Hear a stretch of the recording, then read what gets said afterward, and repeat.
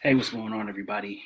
Welcome back to the channel. Pigskin Addicts here, back again with another live stream. Now, I'm gonna jump straight into this. The topic at hand today is Joe Lombardi and potential exposure on national TV. This I wanted to make a video about this, but I think this deserves more of a live stream because it is kind of a nuanced topic. And there's a lot of talk about the Charger offense, Bill Lombardi, um, everything from A to kind of I wanted to get 2 cents about this because this is something that needs to be discussed, and it needs to be understood by all Charger fans. I mean, even if you're not a Charger fan, it needs to be understood. This is something that is plaguing the Chargers. This is ultimately, I think, and I made videos about this in the offseason. This is something that I think is going to Joe Lombardi, his unwillingness. I'm not sure if it's unwillingness or if he's unable to adjust to what the Chargers need to do in order to be a better team, a better offense. Joe Lombardi has really no nuance, in his game planning, his play calling. There's no nuance there. So I wanted to talk about this. Now, I personally think, and I'm hoping that this doesn't happen, but there is a potential for Joe Lombardi to get, Joe Lombardi and Brandon Staley for that matter. It's a potential for them to get exposed on national TV 2 weeks in a row. Right? You have against the Niners tomorrow night, and you have the Chiefs following. So the potential is there, right? The Niners have a hellacious defense. They're one of the best, and they're going to make it hard. It's going to be hard no matter what. Even on a good day for the offense, it's going to be hard. But I think the play calling and the game planning is going to be in the spotlight. It has already been talked about, in several, different areas of the the media. ESPN covered it. I'm going to show a clip right now. I think it's kind of interesting, the way that former players talk about it.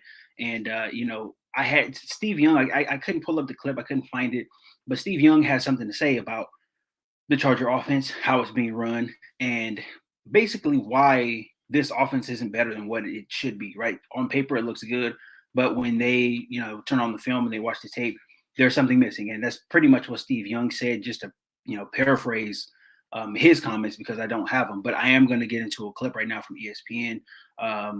They're talking about this, and they're kind of talking about the Charger offense, right? They don't mention Joe Lombardi by name, but they are talking about the offense and how it's pretty much not scaring anybody. So I think that is something I need to get into.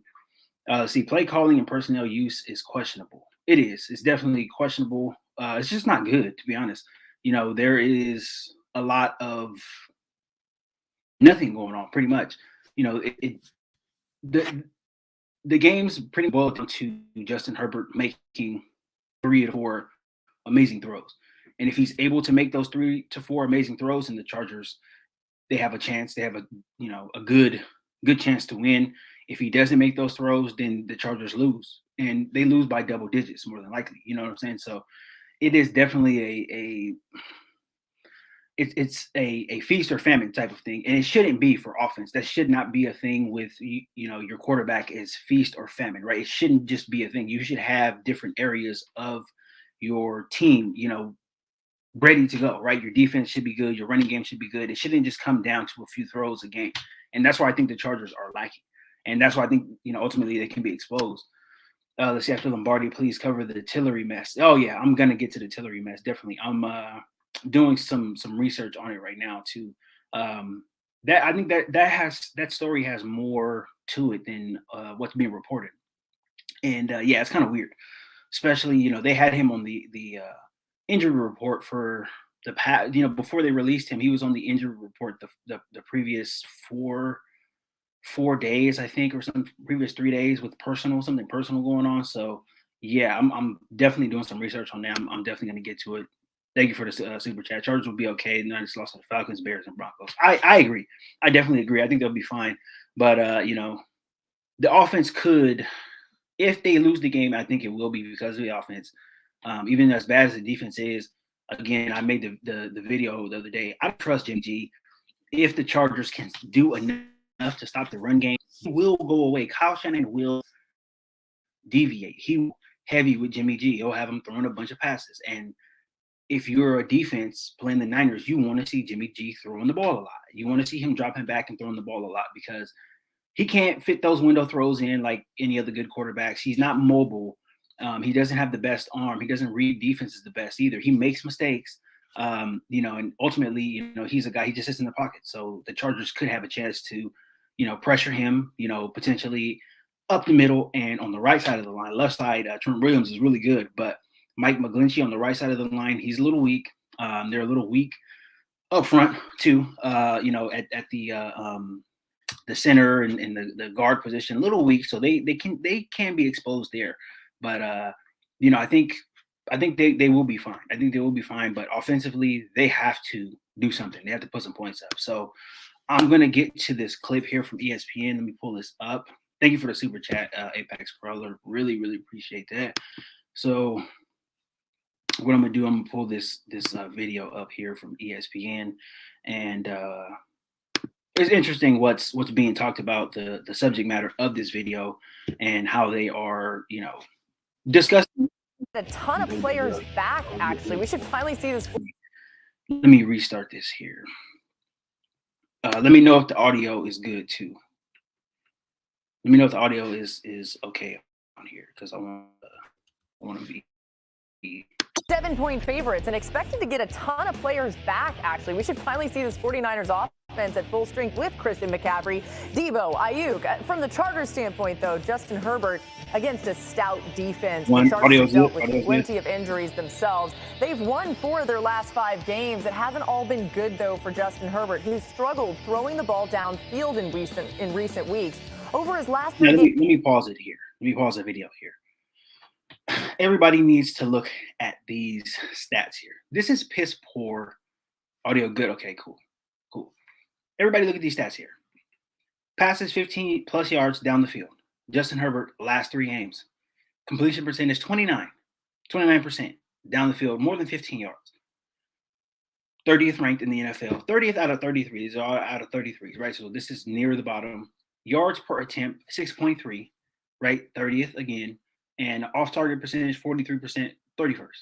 This is terrible. These stats are piss poor for a quarterback of this magnitude. And there's nothing that can really excuse this to either. And that's what I'm going to get into. I'm going to get into my bigger point, but I want to play this video right here. But I just want everybody to look at these stats. These are terrible. This is terrible. And, you can go back pretty much the start of the season. These numbers are not going to look really any different. He's still going to be ranked at 25, 26, whatever. So they just took the last 3 games. You can go all the way. This is what the Chargers do. This is why they don't screw anybody. And this is why a defense like San Francisco is really licking them, because they have cover linebackers. They play a 4-3, and they play all their linebackers in the 4-3 because they can all cover. If you are a linebacker and you can't cover, you can't play for the 49ers. They are the best in the league at doing that. They rarely go to nickel. They trust all their linebackers. And, them watching tape, watching the Michael Bandys of the world, they're not scared by that. Fred Warner's not going to get outran by Michael Bandy. Greenlaw, they're going to get ran by. So they are looking right now. I know that they are. Why it's imperative for offenses and for Lombardi to come out and do something different. Do something that the Niners haven't seen on tape, because the Chargers have done the same things week in and week out. Really no variation at all. There is little, things here and there, but it's stuff that doesn't work. You're throwing it to the tight end behind the line of scrimmage. That doesn't work. You're doing little, motion things and all that. It doesn't work. It's not scaring anybody. This is why this week, this game tomorrow is imperative. This is why I made the thumbnail look this way. Joe Lombardi could be on the hot seat, because it could be not just a loss, but this can be embarrassing. And you have everybody else in the NFL media, former coaches, former players, questioning why the hell is Justin Herbert playing this way. This automatically is embarrassing for not just Joe Lombardi, but this is embarrassing for Brandon Staley. And we know what Brandon Staley's ego is. We know what his ego is. Is he going to be embarrassed to the point where he's going to make a move? I don't know. I hope it does come to that, because if it is, let's come to that, it means the Chargers probably lose. But this is something that needs to be talked about, needs to be pointed out. Let's see. Can't believe Bolts didn't bring in a single receiver. Yeah, same here. Yeah, we're going with the practice squad guys against one of the best defenses in the league. I think, the best statistically with the San Francisco. The corners are not too good, though. That's a plus. Yeah, but they're good everywhere else, though. They're very good everywhere else. And they are assignment-based. They don't do anything that is, out of the ordinary. They come in and they do what they're supposed to do. They have simplified their defensive assignments so that they literally fly to the ball. Everybody, all 11 players fly to the ball.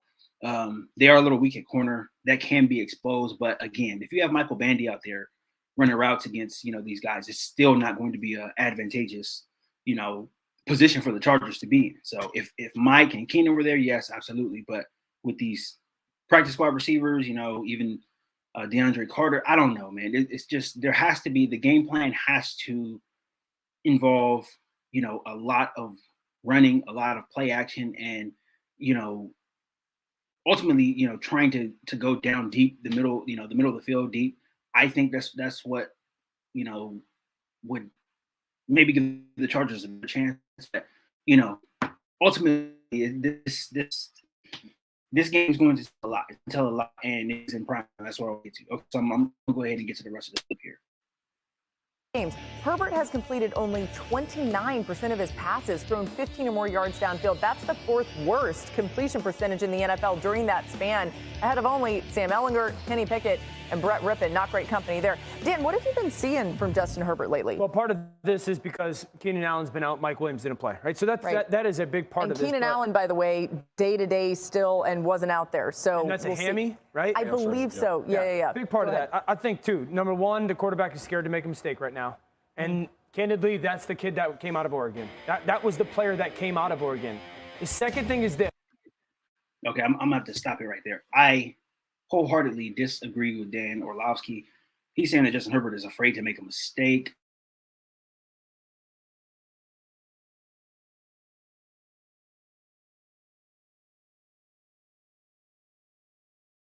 I think that is false. There is backup receivers out there. So there's really no need for him to take shots down the field. There's no need for that. You don't have your guys. You don't have your two best receivers. So there's no need to go down the field. There's no need to be, extra aggressive down the field when you don't have your guys there. Throwing to practice squad receivers down the field, in double coverage, that is a recipe for disaster. So I don't think Herbert is afraid to make a mistake. I think he's just honestly just playing with the cards that are dealt. Like what he's doing. This is what he has, and he's trying to make the most of it. The best way that try to move the ball is to hit these guys on shorter routes, right? That's what the Chargers should be doing right now. This, Lombardi stuff, this is all mixed in, right? This is a compilation of everything, right? It's not just, these past three games. It's not just the games without Keenan Allen. This is what Lombardi does. This is a philosophy thing. This is, spanning across the season. This is not just about these three games injured. This is what Lombardi does. So this is what I'm getting at. This is what Lombardi does. So I wholeheartedly disagree with Orlovsky right there. Whatever Orlovsky says, one should go the opposite way. Yeah, he just that doesn't make any sense. Why? He's not afraid to make a mistake. He's throwing to practice squad guys. You're not gonna let it rip with practice squad guys. There's no reason to absolutely no reason to do that. Why would you throw yourself into disaster like that? And Herbert smart enough to know he was to go out and let it against these practice squad guys. People are going to come out and say, hey, what the hell are you doing, man? Why are you being so reckless with the ball? So it's really a lose-lose for him. What he has to do is mitigate the situation as best as he can, which means throwing when guys are open 5 to 7 yards, whatever. That's the best he can do. And I think he's doing a pretty good job of it right now. This is the cards that he's dealt. and he can't really do anything about it. He doesn't run the front office, so he's doing the best that he can with what he has. So I agree with Pulaski. I disagree. And this is no surprise, everybody at home. This offense does not throw the ball down the field as enough with this superstar talent with his right arm. It's often that short completion game. There are moments in the games, specifically as they go on, at least to my eye, where it looks like he purposely throws the ball downfield just to throw the ball downfield. He misses the guy, and he's double covered. It's not like he's being careless with the ball, but it's almost like in these moments he's like, I haven't thrown the ball downfield or given the opportunity to do it in 2 quarters. I'm just throwing this one down the field. Yeah. And they're just basically long foul balls, so to speak. So you could watch him right now. He's hesitant to pull the trigger, and then it looks like the play, or he gets so frustrated with the lack of chunk plays that are called that he takes it upon himself to I'm just wasting this throw, essentially. That's interesting because you're saying he's hesitant, but then also he's kind of going to waste some throws here and there because he feels his own pressure. Can I say something right quick, Dio, listening to you?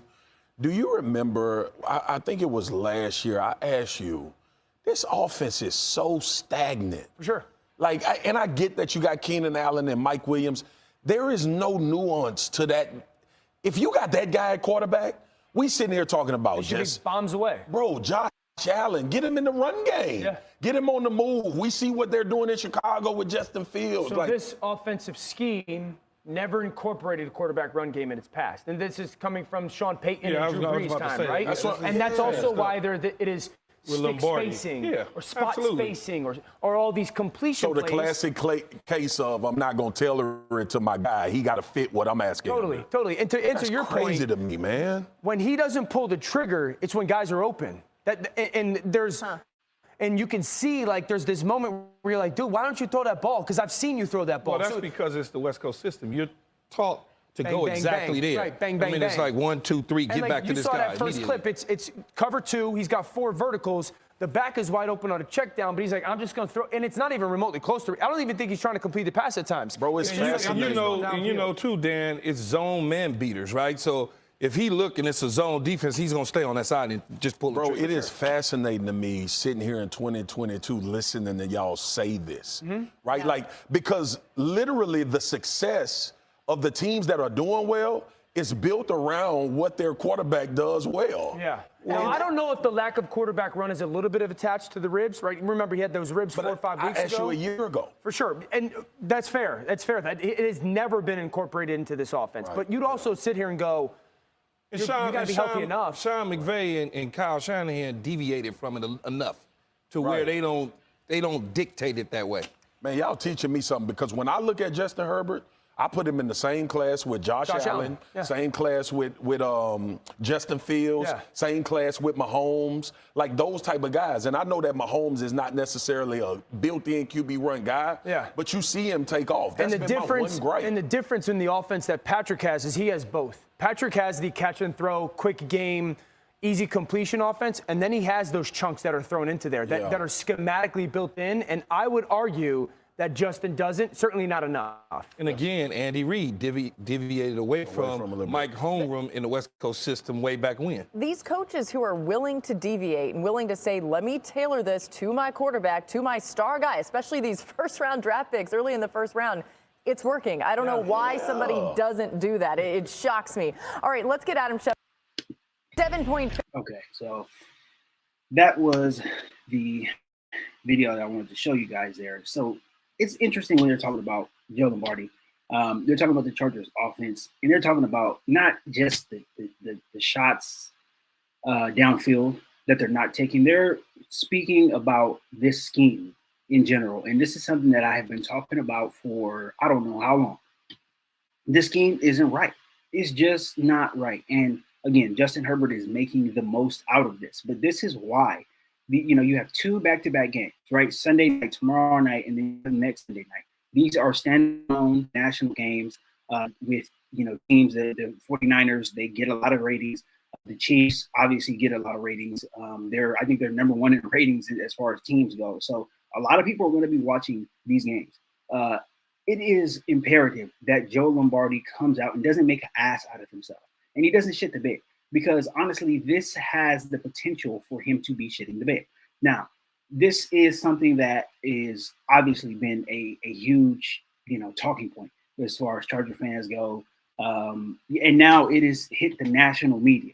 So this is where I say this could, if a change comes at offensive coordinator, it could be between, these two games here, right? Potentially after the, right, depending on what the outcome of it is, right? If a change is going to come, it can come at this point because we know that the Spanos family is not, they're not super invested in this team as far as, making moves and doing all of that stuff. This is a money-making venture for them, right? They make a shit ton of money off of the Chargers, off of owning the Chargers. I don't think that they care all that much about what goes on the field. Like, I hope, they hope that the Chargers win, but they're not super invested in it because they're getting paid either way, right? Whether the Chargers win or lose, they're making money hand over fist. And that's what's replenishing their family trust, right? So I don't think that they are like super invested. But it's going to come to a point now. This conversation, everything, the video that I just showed you, this is hitting the national media, right? You hear Steve Young talking about it. Steve Young is also on ESPN on Monday nights in the Monday Night Countdown. This has hit the national media, the national sports media. And the one thing that I know about, like, billionaires, right? The Spanos family in particular, even though they're not super invested in the team, even though they're not super invested in, maybe what goes on the field, the one thing that these billionaire people do not want to come across as is inept and embarrassed, right? They don't want to be embarrassed, and they don't want to come across as these type of people who are, inept at their job, right? They don't want to come across as who don't know what they're doing. They ultimately do not want to be embarrassed. I think, and it's unlikely, but I think it's in the cards, and I think it's not, too much to put it out there that if this Charger offense does not look good for 2 straight weeks, I think there could potentially be a call coming down from ownership, telling Brandon Staley or Tom Telesco or potentially both of them, let's make a move. You got to make a move right now. It's not on you anymore. We are ordering you to make a move here offensively because these owners, they don't really know, maybe aside from Jerry Jones, as far as the day-to-day stuff, as far as like, statistical measures and things like that, they really don't know. They're rich business people, right? They're not necessarily football people. So I don't think they know really, as far as like offenses go, scheme and things like that. I don't think they really know any of that. But once a conversation hits the national media like this, they are going to hear more and more about it. You guys have this great quarterback who doesn't play like a great quarterback because you guys don't let him play like a great quarterback because the scheme is all messed up. Then you can start getting some of those messages to the owners, because the one thing that they will understand is that they have people coming to them talking about how bad this team is, or how great this quarterback is, but how you guys are holding him back or whatever, this and that. They do not want to look like dumbasses, right? They don't want to come off being embarrassed. These rich people have egos. They're billionaires. They have egos. They do not want to hear this, and they want to come across that embarrassment to them. If you just look at any of the billionaires in society, the ones who have a lot of influence or who are on TV and stuff like that, the one thing they do not want to come across looking like they don't know what they're doing. They will spin stories. They will pay people to spin stories. They'll pay people good money to spin stories about them, about their ineptitude at doing different things, right? Politics, whatever it is, right? They will pay people to spin stories, bad stories. They will put in the spin cycle and spin them out and make it somebody else's fault or make it seem like there's something else going on. They do not want to look inept. And I think if the Spanos family, when they get to the point here, if the Chargers lose these back-to-back games and the offense looks like shit, they're going to be in a position to where we're hearing that we don't know what we're embarrassed now. Yeah, one of the best quarterbacks in the league, and we are wasting his time. Right? We're wasting his career. He could possibly be better with somebody else. He could be doing all this and that. That's when that stuff will get back to them, because all of this stuff, the videos I make on YouTube and all this, the owners, they don't care. They're billionaires. They have golf to play. They have billionaire shit to do. But once that national story starts getting out, and once they start looking like the people who don't know what they're doing, that's when heads roll. So I think that's something that's important to get at right here. These two games here. When I seen the news that the game next week, I was like, this is going to be the time right here for Joe Lombardi, when the seed is going to get as hot as it's going to be.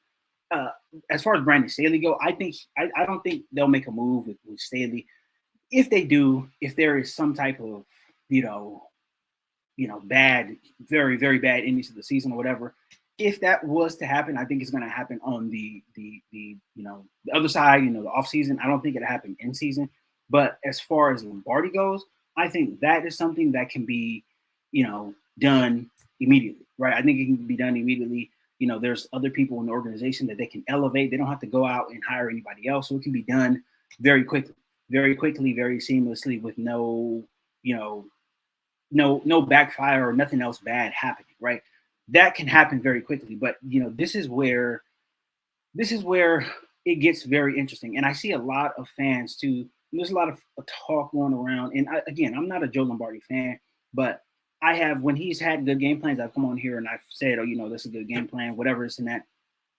So I can be fair with him. I have nothing personal against him, but I think his offense is not good. I don't think he's a great offensive coordinator. And I think once he's done being the Chargers offensive coordinator, he won't be a coordinator anywhere else. He'll be a quarterback coach at the very, max, just like he was in New Orleans. He won't coordinate anywhere else. This is his last stop as far as being a coordinator. Head coaching job for him is way out of the question. Nobody will ever hire him. So this is literally his last stop. This is his last, hurrah as a play caller in the NFL. But this is something that I feel a lot of people, and I feel like a lot of fans, and I feel like Charger fans, Charger media, they're getting this wrong as far as the injury outlook. And I hear it so many times. We're injured. We have so many injuries. The one thing, and this is where I am out on Joe Lombardi. This is where everything that I felt about him last season, it's validation to me. Because when the Chargers are healthy, right? What is the type of offense the Chargers like to play when everybody's healthy? Justin Herbert drops back, right? About 40 times per game, right? Even when everybody's healthy. When Mike is healthy, when Keenan's healthy, offensive line is healthy, Rashawn Slater's in there, the Chargers drop back a lot, right? They are top of the league in dropbacks. They call a lot of pass plays, and that's what they do. They use Justin Herbert. He has one of the best arms in the league. We get it, right? The Chargers drop back about 40 times a game, and that's how they play. That's how they like to play, right? Whether or not you agree with it, that's how they like to play. And that really is, you can't disagree too much, because that's what the strength is, right? You have one of the best quarterbacks in the league. You have two really elite weapons on the outside. You have Austin Eckler, right? Okay, you can play like that. I can get it. I can understand it. That's when everybody is healthy, right? But the thing that gets me, and the thing that, again, validates all of my feelings about Joe Lombardi is the Chargers have had all these injuries, right? Just a bunch of injuries throughout the season. Unfortunately, get it. The Chargers have not adjusted their style of play on offense whatsoever. So now you have Mike Williams, right? He's one of the best downfield threats in the league. He's down for 4 games, right? You have Keenan Allen. He's one of the best third down guys in the league. One of the best at working the slots. One of the best route runners in the league. He's down, right? Why are you still dropping back 40 plus times? This is what I don't understand. This is why I cannot defend Joe Lombardi. You must adjust. You cannot. This offense, the NFL just in general, is not a one-size-fits-all league. You cannot call this offense like it's a one-size-fits-all offense, because it is not. If you have 2 great pass catchers who are out, you cannot come out calling the same plays with practice squad guys filling in. You can't drop Justin Herbert back 48 times with practice squad guys in there. There's no adjustment. So all of the great offensive line in this league, right? They always adjust. They adjust who is out on the field. And that's what Joe Lombardi does not do. He's not adjusting to anybody that's out there on the field. When guys get hurt, you must adjust. You have to adjust. And the obvious adjustment would be the running game. But the Chargers have not paid attention to the running pretty much all season, aside from one really good game in Cleveland when the Chargers ran the ball. Aside from that, the Chargers have not ran the ball, and they have not paid attention to the running game. And this is the biggest referendum from Brandon Staley, the head coach. They have not switched anything up. There's no adjustments there. You have Mike Williams, Keenan Allen, both of these guys, right? You're looking at, if they're healthy for a 17-game season, you're looking at, between the both of them, right, as far as the production, you're looking at 200-plus catches, right? You're looking at 2,000-plus yards, and you're looking at probably close to 18, 19, maybe close to 20 touchdowns of production that is now hurt and sitting on your bench. But you have an offensive coordinator who is calling plays, who is still calling the same plays as if those guys were out there. There's no adjustments being made. And the adjustment that has to be made is the running game. You spent valuable draft compensation. Zion Johnson, first round pick, right? You didn't just get him to pass block. You got that big boy to get in there and to move people out the way. You got him to run block. You spent a fourth round pick on Isaiah Spiller, a guy to come in and to back up Austin Eckler. Austin Eckler got a lot of work last year, did not have a valuable backup. You spend draft compensation on him to come in and do that. It doesn't make sense. It doesn't make sense why you would still call games like Mike Williams and Keenan Allen are out there, and they're not out there. It doesn't make sense. It makes no sense at all. This is where I have been out on Joe Lombardi, and this is where everything, again, all of my feelings about Joe Lombardi have been validated during this time. You cannot call the same type of play, the same type of players. This is not a one-size-fits-all offense. It just doesn't work that way. You must adjust. You must adjust during the week. You must adjust during the game. You must adjust quarter to quarter. This is how the NFL is, and this is where the most success happens in the NFL. You have to adjust. If there's no adjustments, then what are you doing? You can't just say, hey, Justin Herbert, go out and save us. It doesn't work that way. It doesn't work that way. You need everything else around your quarterback. This, as much credit as Tom Brady gets and all of that stuff, he's always had everything around him. Maybe he hasn't had the best guys, but he's always had everything else around him. He's had a solid offensive line, right? He's had a good enough run game, right? He's been able to have coordinators who adjust, right, from quarter to quarter or from week to week, depending on whoever is healthy, depending on whoever he has out there. This is where it all comes together, and you can't just rely on your quarterback to get you through these type of rough times. It just doesn't work that way. It's not the NFL is not that type of place, and I don't know why. I absolutely do not know why Brandon Staley does not force Joe Lombardi to adjust. You spent valuable draft compensation, drafting players to be more physical at the line of scrimmage. We heard Brandon Staley say this over the offseason. We had to be more physical. We had to be more physical. We had to be more physical. This is when you go to a run game. This is when you go heavy run, and you have to stay with it. Just because you run the ball 5 times in the first half, you get stopped, maybe 2 or 3 times for a gain of nothing, or it doesn't matter. You have to continue running the football. You must continue to run the football. The book is out on a lot of these quarterbacks. Scoring is down all across the league, and it is because everybody is playing too high, a too high shell, and they still played against the Chargers too. It's amazing that that team still play that against the Chargers, even though they don't throw the ball downfield and they don't really have any explosive plays, but teams still play that. So Herbert is forced to do it, go to a lot of check downs. He's forced to look at a lot of these receivers, running the shorter routes. But the thing that, you can do against a two-man is run. You can run them out of it. You can run them out of it until they bring a safety down. That's just, it's basic football. It really is basic football. There's not too many, coordinators who are looking at it that way as well, too. This is a pass-happy league, and it's pass-happy to a detriment, especially this season. Nobody wants to run the football anymore. I don't know why. There's a lot of two-man being played. Nobody wants to run the football. Run the damn football. Run it. I just don't understand. And running it, just a few times, that doesn't cut it. You have to stay with it. You have to be committed to running. Be committed to a run. Just do it here and there. It's not good enough. You have to establish. It takes time for an offensive line to establish that physical identity. And that's what I think a lot of people don't know, or they don't really understand. But the difference between pass blocking. Pass blocking, you are reactionary, right? You are dropping back and you are reacting to the guys coming towards you. Pass blocking, you have a physical mindset. You go out and attack, and you go out and you move people out of the way.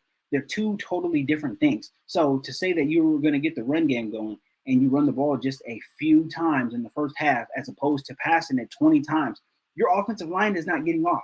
They're not getting off. They're not hitting anybody. They are in a reactionary state. And if you pass the ball all game long, and you pass it game after game after game after game, then you come out in, your next game and you wonder why you can't get the run game going, it's because your offensive line is used to being in a reactionary stance. They are reactionary. They're reacting to what the defense brings to them. They're not getting out and getting a helmet on nobody. They're not getting out and just road grading, running people over. They're not in that. They're not in that mode. They're not in that mindset. Anybody who's played football, has been around football, been around offensive linemen, it's a different mindset when they get out. When you have a team that runs the ball a lot, it's a different mindset. Your offensive linemen are some badasses, right? They're guys who you kind of worry about. Man, they like this too much. They're hitting too much, right? They like inflicting pain too much. That's when you have a real good run game. Your offensive linemen are kind of a little bit crazy. When you have a team who is pass heavy, your offensive linemen, as good as they are, as physical as they are, they cannot be 100% physical in the pass game. All they have to do is just make blocks. They got to get pieces of people, right? Keep guys off the quarterback. If you're dealing with Von Miller and all of that stuff, it doesn't matter how physical or strong you are as a lineman. Von Miller is like what's the dude from The Incredibles who can bend and flex and all of that stuff. It don't matter how much, how strong you are. Once that guy's bending and flexing, you have to just try to get a piece of him. You have to trip him. You can't use your physicality like that. You cannot use your fit. As opposed in the run game, if you are pulling guard, you can go and you can put him on his ass. You can fall on him. You can do all of these things, but it's such a different mindset. And the Chargers, their offensive line, as good as they are, they have not been in that mindset all season long. The offensive line has not been in their run blocking mindset. The only time they were really in their blocking mindset was in right. And I think that huge 70-yard run that Austin Eckler had, I think a lot that had to do with running the ball more and more as the game went on. If they didn't have that run, I don't think they run the ball as much as they did. But they did get that run, and I think they are or they were in that mindset. But you take that game out, they haven't been in that mindset all season long. It's just been little runs here, little runs there. Line up and go out there and have your lineman go out and hit somebody. And this is what would be the best. This would be the best, the absolute best. To attack the Niners. They're stop the run. Go out and let your lineman hit somebody. Go out there and let them physical. Go out there, let them do all that stuff. If they get holding calls, whatever, it's fine. It's fine, right? As long as there's not too many. You want these guys to be physical. I want these guys to be physical. I want them to be in the mindset to put people on their asses. And if they're not doing that, then you have no run game. You have no run game, and now it is on Justin Herbert to literally rescue the team again. And that's what he's been. He has been there to rescue this team anytime there has been some bullshit, anytime there's something going on. Justin Herbert is there to rescue this team. And that's all he's been doing. And you cannot do that. You have to give him support. He's one of the best young quarterbacks in the league. Yes, we know this. He needs support, though. He has to have support at his position. And if he doesn't have support, then things are going to look bad. And once you get up against a team like the Niners, right, who can stop the run, a team like the Niners who can rush the passer, who is pretty good against the pass as well, too. They do everything well on defense. You're going to struggle. So this is going to be a huge referendum on Joe Lombardi. How is Joe Lombardi going to deal with this week? How is he going to come out? How he's going to come out? How's he going to game plan? What's going to happen? Is it going to be Justin Herbert or bust? If it is Justin Herbert or bust, I don't, like, again, I don't know for sure if a move will be made, but if it's Justin Herbert or bust, then, for the tomorrow and next week, then, you could be potentially looking at a late season change at the offensive coordinator position, because right now it just hasn't been good enough. It hasn't been good enough. And I get that there's injuries and all of that stuff, but he has not adjusted. He hasn't adjusted from injuries. And he hasn't adjusted from any of that stuff. It's still the same stuff. The same offense. Everything about the offense is the same. Thing is different. It's just different players in there, and that is not that's not how you win games. It's honestly not how you win games at all. Let's see. Let Herbert sling, and I guarantee the 49ers will be in big trouble. No, not without a passing game. I mean, not without a running game. They're going to tee off on him. Joey Bosa. Not Joey Bosa. Nick Bosa is. Come on. This get to the quarterback. It's not going to be as easy. You have to be able to throw these guys off, not just come out and just give you a bunch of passing yards and touchdowns. They're not going to do that. The 49ers defense is very, very good. You have to keep these guys off balance. You have to give them more than one thing to defend, because they can defend the pass very, very well. And the numbers bear that out as well, too. So you have to be able to come out and at least try to keep them off balance. Whether or not you do it successfully is another story, but you have to try to keep these guys off balance. If you don't try to keep them off balance, they're not going to go for any of the weak stuff. They're not built like that. So you got to come out. You have to keep these guys off balance. You got to run the ball at least a little bit, but you got to see, man. You have to. Justin has been hurt. We avoid this point constantly, but it's not about the injury though. And even if it is about the injury, and I'm glad you pointed this out. So even if Justin is hurt, why is he dropping back 48 times a game? This is why I say the excuses are not the injuries are not an excuse. Because if Justin is hurt, why the hell is he dropping back 3 times a game? He does that when he's healthy. So if he not adjust the game plan, why not run the ball more? Why not establish the running game? This is good. This goes directly into my point. If he's hurt, you need to run the ball more. Why do you have a hurt quarterback, an injured quarterback, dropping back 48 times? It doesn't make sense. It doesn't make sense. This is why you have to establish a running game. It needs to be established. Justin Herbert last week against the Falcons dropped back 43 times. 43 times. That's too much. That's too much. That's way too much. Way too much. 43 times and 21 runs, right? 43 dropbacks. 43 attempts, not even dropbacks, and 21 runs. That's more than 2 to 1. That doesn't make sense. You have to run the ball. If you have injuries, Justin Herbert is still injured. Why does it makes more sense to establish the running game and adjust? You can't just blame it on injuries. Injuries are not just going to get there. It's not going to get it. It just doesn't do that. It doesn't do it. You cannot drop back. You have to adjust.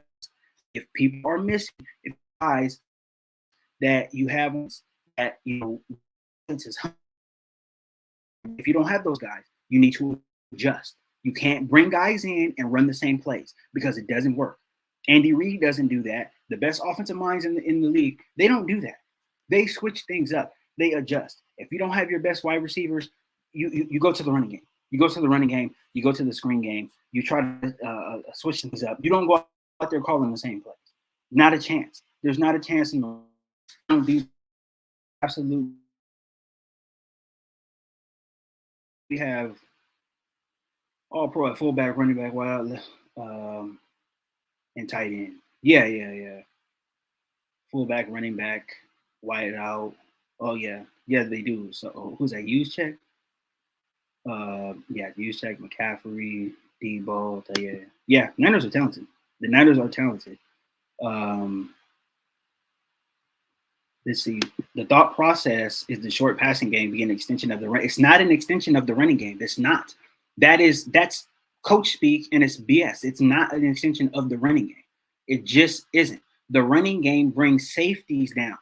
The short passing game doesn't bring safeties down, and it's on tape.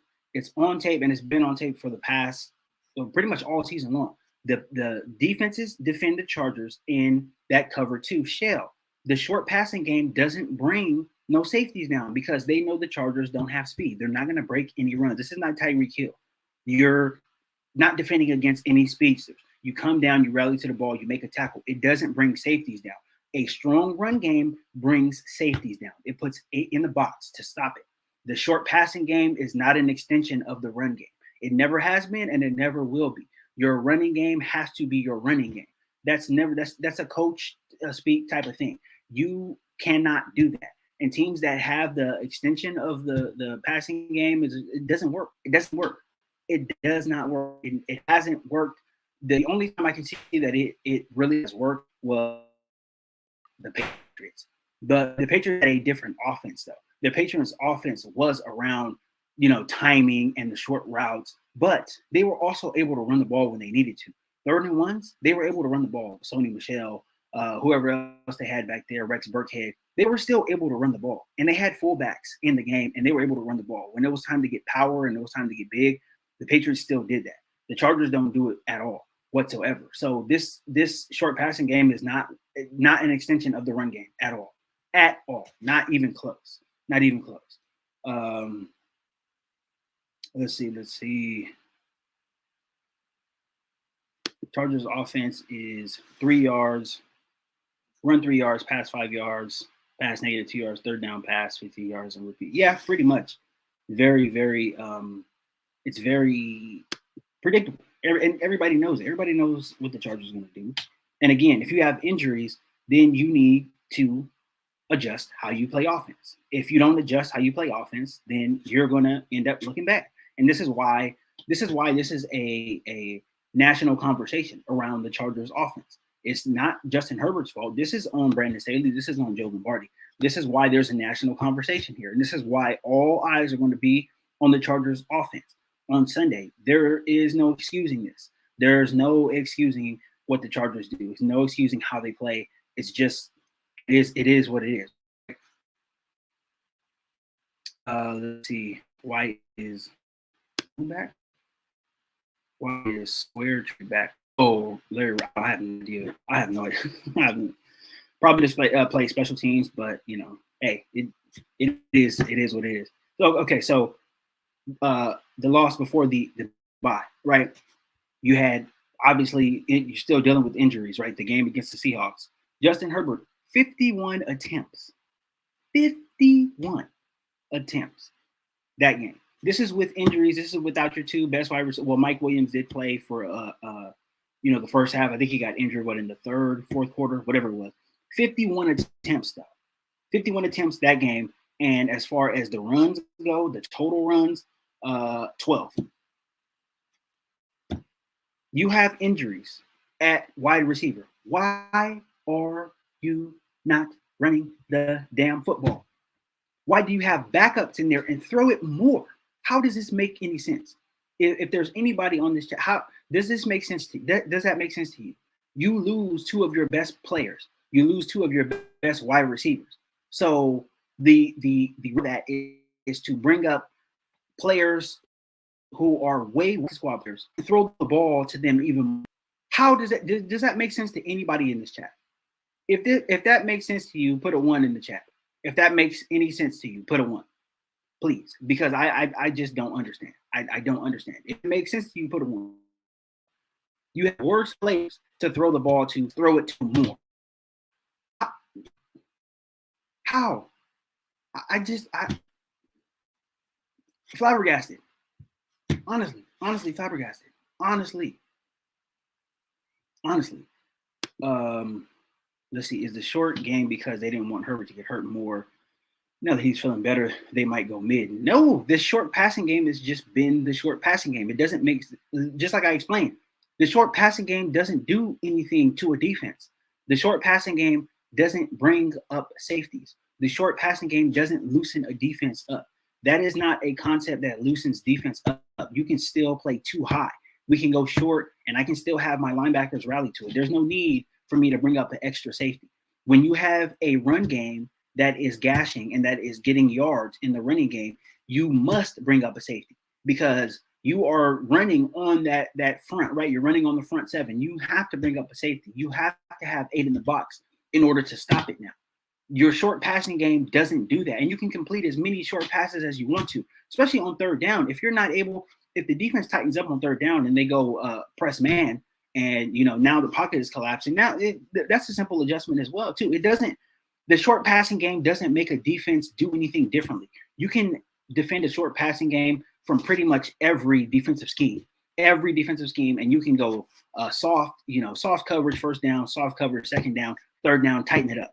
And now your offense is off the field. That doesn't take a whole lot. It doesn't even take game planning for that. I could be on the sidelines and all that shit. I see some passing game on my defense. Let's soft first down, on second. Okay, now it's 3rd and 6. Now we're going to go press man, and now we're going to bring somebody up the middle, and now we're going to collapse the pocket, and the quarterback is either going to throw it away, we're going to sack him, or he's, they're not going to complete the pass. Now my defense gets off the field. That's easy. That's simple as pie. That's high school level type of concept stuff. Like, that doesn't do anything to a defense. Especially if you think you're going to win in the NFL. There's no way you're going to win with a short passing game. Not a chance. You see what Buffalo do? Short pass is going to do nothing. It ain't going to do nothing against these teams, especially in the playoffs. You think you're going to dink and dunk your way to a win? Hell no. Not a chance. Not a chance. Even against Miami. You think you're going to dink and dunk against Miami?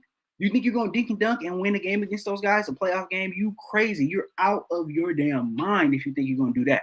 Not a chance in the world. Ain't a chance. Ain't a MFing chance that you are going to do that. They are not going to do. You are not going to short pass your way to anything. The NFL has changed. This offense was designed for Drew Brees. It was designed for Drew Brees when he went to New Orleans in whatever year it was. I think it was 06, 07. How much has football changed since then? How much has the NFL changed since then? When did the Saints won the Super Bowl? I think it was in 09? I think it was 09, right? That's when this offense was at its best, right? That's when it was peaking. How much has changed in the NFL in these past 13 years? You can't run the same things and have the same type of success. You can't. Now we're quarterback in the league. Now, there's no way, not a chance. Freaking chance. Not a chance at all. So this short passing game does nothing for the Chargers. Does nothing. All it does is get Herbert cheap completions. And then the Chargers post, he's had the most completions and whatever. Who gives a shit? Who cares? He's throwing 5-yard out. So yes, of course he's going to complete passes. Who cares? This is not doing anything. It's not attacking the defense, and the Chargers are not good offensively. They're not a threat offensively. The Chargers don't present any scary scenarios for any type of defense. What are the Niners afraid of this week? Let me ask everybody, all the Charger fans, if there's Niner fans in here too, what should the Niners be afraid of tomorrow night with the Chargers offense? What the hell should they be afraid of? Nothing. For me, the clear answer is nothing. They don't run the ball enough to be a threat, so I wouldn't be afraid of that. Their short passing game, why should they be afraid of that? When you watch the Niners on tape, their linebackers cover like safeties. Fred Warner that dude is a beast. He's a beast in the middle.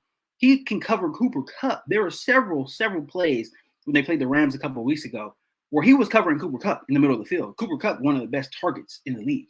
He was covering Cooper Kupp. They have no issues. They're not worried about what the Chargers are doing offensively, and they shouldn't. Why should they? They don't have anything to worry about. Because the Charger line is pretty okay. I'm not saying it's great, but they're holding on. How many sacks do the Chargers have? They've only given O-line playing well, but there's a combination of things.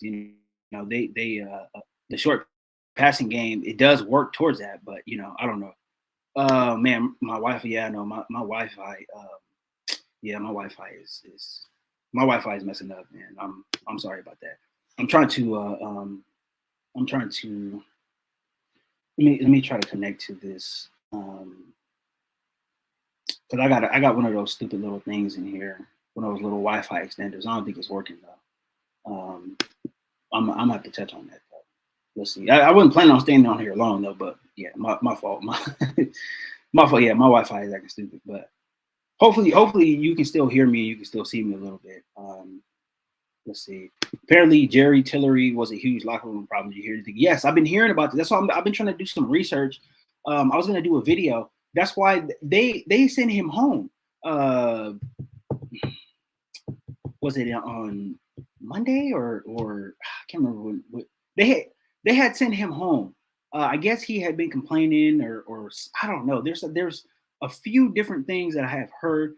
I'm trying to research it. I'm trying to message people on Twitter and stuff to try to get that. See if they can confirm what I've heard. Right, I'm not asking them for information, but I'm seeing if they can confirm what it is that I've heard. But yes, he was a big locker room problem. That's why he did get. That's why he got canned. You know, it wasn't a money thing because this was the last year of his contract, so his money wasn't going to affect. But yeah, I guess it was being asshole. That's I. But all here as a. But yeah, I am going to get to that soon. I have some more information. Did they elevate Roundtree to return kick so Carter can focus on wide receiver? Also, should elevate a Hightower just for speed? I don't know. Yeah, I don't know why they elevated him. I have no idea. I'm just thinking, yeah, possibly special teams because, Isaiah Spiller is, he ran the ball pretty well last week. So I don't know. I don't think he's going to come in and run the ball. I would be shocked if he came in and got any carries. That would be freaking ridiculous. See, what's up, bro? Yeah, I'm growing. Yeah, channel's growing. Yes. Trying to put out as much content, and I try to be fair. And I think a lot of people appreciate that. I think that's why I'm growing. If you ever a new subscriber forever, thank you for supporting me. I really appreciate it. I always try to be as real as possible, just be a common fan perspective, but I always, try to call it, straight down the line. I am a fan. I'm not like, I'm not going away from me being a Charger fan, but, I try to call it straight down the line, especially when it comes to situations like this, like the Lombardi situation. I call it straight down the line. The Chargers do well to succeed, I want them to win. I'm giving everybody a reason why it could look like that. You know what I'm saying? So, yeah, that's. I'm just trying to stay real, and people have supported it, and they have really taken to my channel. That's something I wasn't expecting, but I do appreciate all of it. Definitely do. Let's see.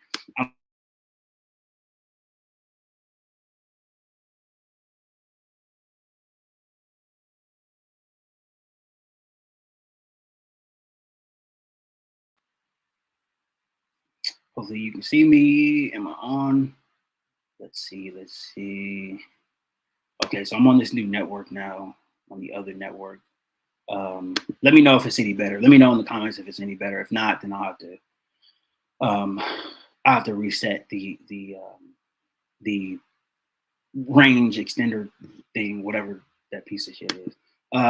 You going live tomorrow night for the game? Yes, I'm going to try to go live for the game tomorrow night. I want to do watch parties for this game and next week as well too. So I am planning on doing it right now. As of right now, I'm planning on doing it. So yes, definitely be on the lookout for that because I will be, especially since it starts later on in the evening. It's at 5:20. So I can get all my stuff out the way, get all of the the baby stuff out of the way early in the day, and then I can go live at night. Let's see. Yes, I agree with you. Changed a lot, but look at it this way: Herbert knows how to win games. Herbert does know how to win games, but it's unfair to ask Herbert to do this every week. It's very unfair. There's no other good quarterback in the league that gets asked to do this type of stuff every single week. There's no way. Let's see. How's the kiddo and wife doing? I remember last time you said baby was on. Yeah, they're doing good. My wife is doing really well. The baby's doing really well too. She's growing. She's moving her head. She can hold her head up by herself. She's ridiculously advanced for where she's at right now. And my wife is good too. My wife, she pushed the baby out like a pro. She did it like it was nothing. She was smiling and stuff afterwards. It was crazy. It was weird. Like she just oh, here's the baby, and then bam, and then she's walking around and stuff the next day. So I was like, damn, yeah, she's good though. Everybody's good. We're just getting the baby used to our schedule, sleeping times and all of that stuff. But yeah, everybody's good. Thank you for asking, Matt. Thank you. Appreciate that. Let's see. Atlanta game showed a glimpse of healthier Herbert. We should anticipate seeing more mid-yardage shots as well as more deeper shots against Kansas City when Mike Will gets back. Yeah, that would be ideal. But again, your defense, the defenses are not there for that, right? These cover 2 defenses are not going to allow these deeper shots down the field. So again, the running game has to get going in order for that to work. You have to present a threat in the running game. And I think this is what a lot of people really don't realize. You have to present a threat in the running game before you can really go downfield like that. They have to at least make safeties and at least make linebackers think about coming up. If they make them think about coming up, then you can go over the top a little bit. But the Chargers don't do that, though.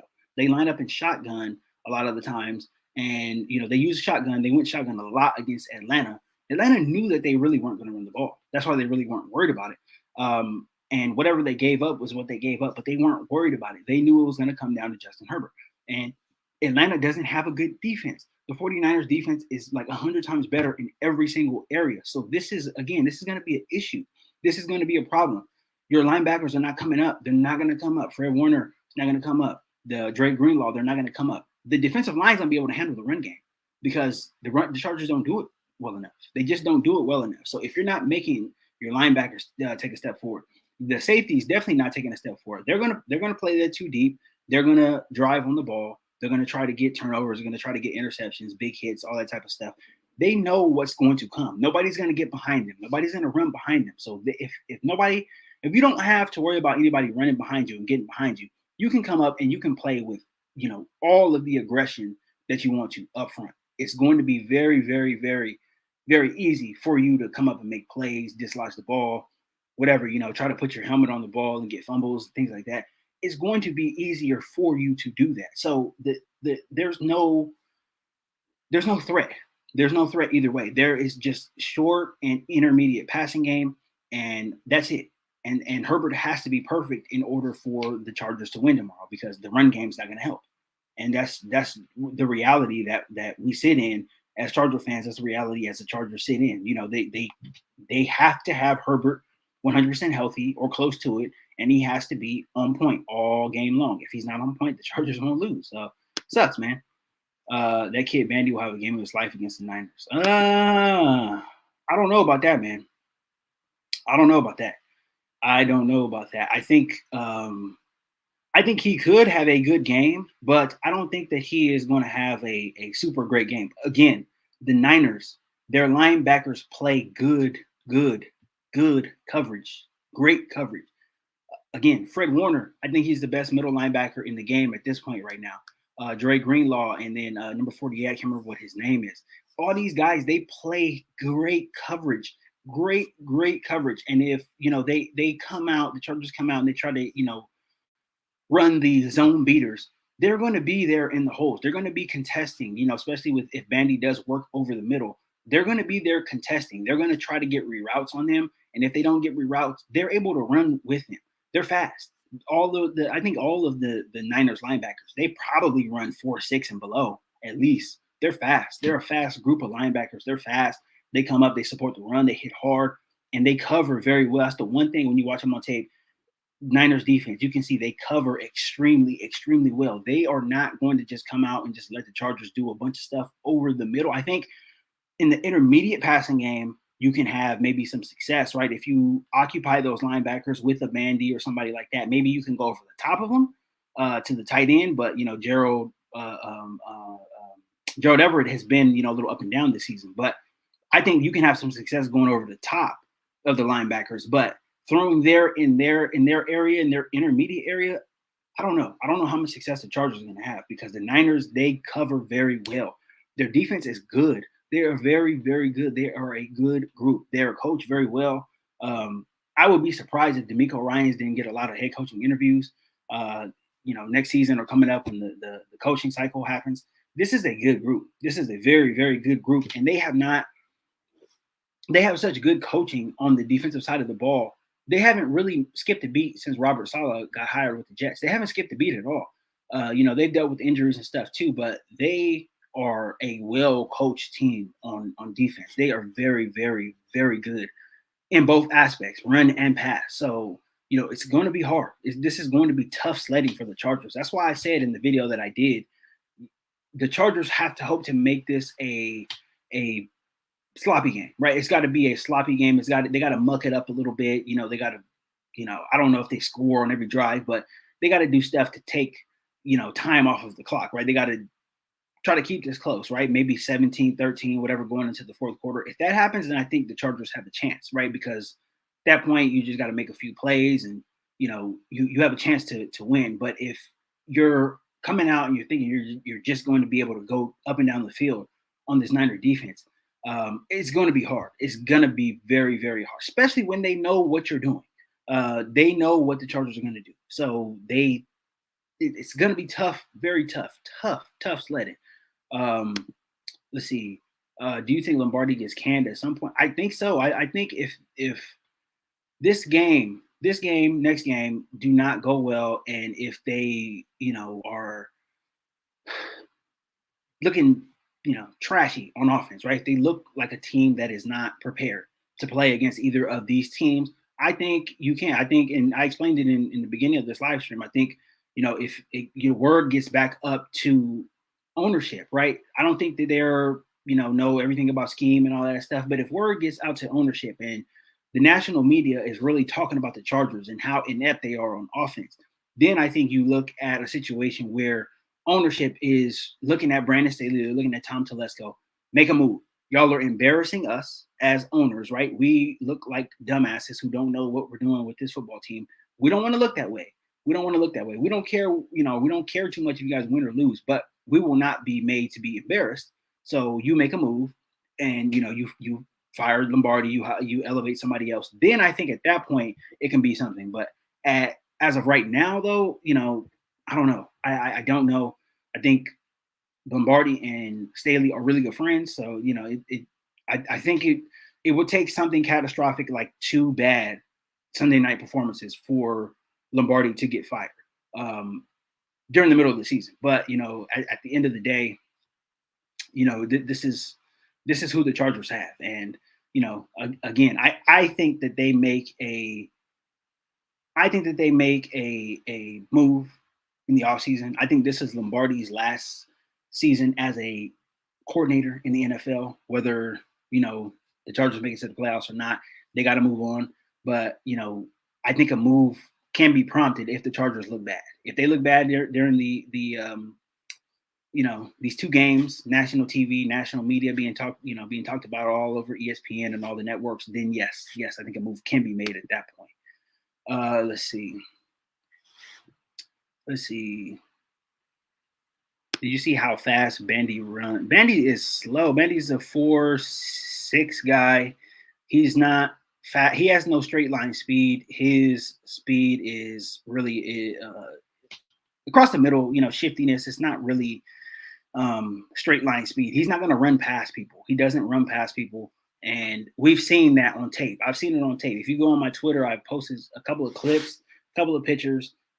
Michael Bandy is not a speed guy at all. And he can't separate, especially on the outside. His value comes from working the middle of the field as a slot receiver. He is not a speed guy whatsoever. And the Chargers, they have tried to use him in that area. They've lined him up where Mike Williams normally lines up. They did that against the Seahawks, and it looked bad. And, to Lombardi's credit, they didn't do it as much last week against the Falcons. Nobody respects his speed. So they're going to come up, they're going to press him, and he's not going to catch anything. He's just not that type of guy. He's not that type of player. He should be working across the middle. He's not a speed dude. He doesn't do that. You're setting him up for disaster, especially against a fast group of linebackers like the Niners got. There's no way. He's just not that guy. But yes, the Chargers are okay. They are in a very precarious position tomorrow night, and I again, it's up to Lombardi to come out, and it's up to him to create a game plan where the Chargers can have some type of success somewhere, somehow.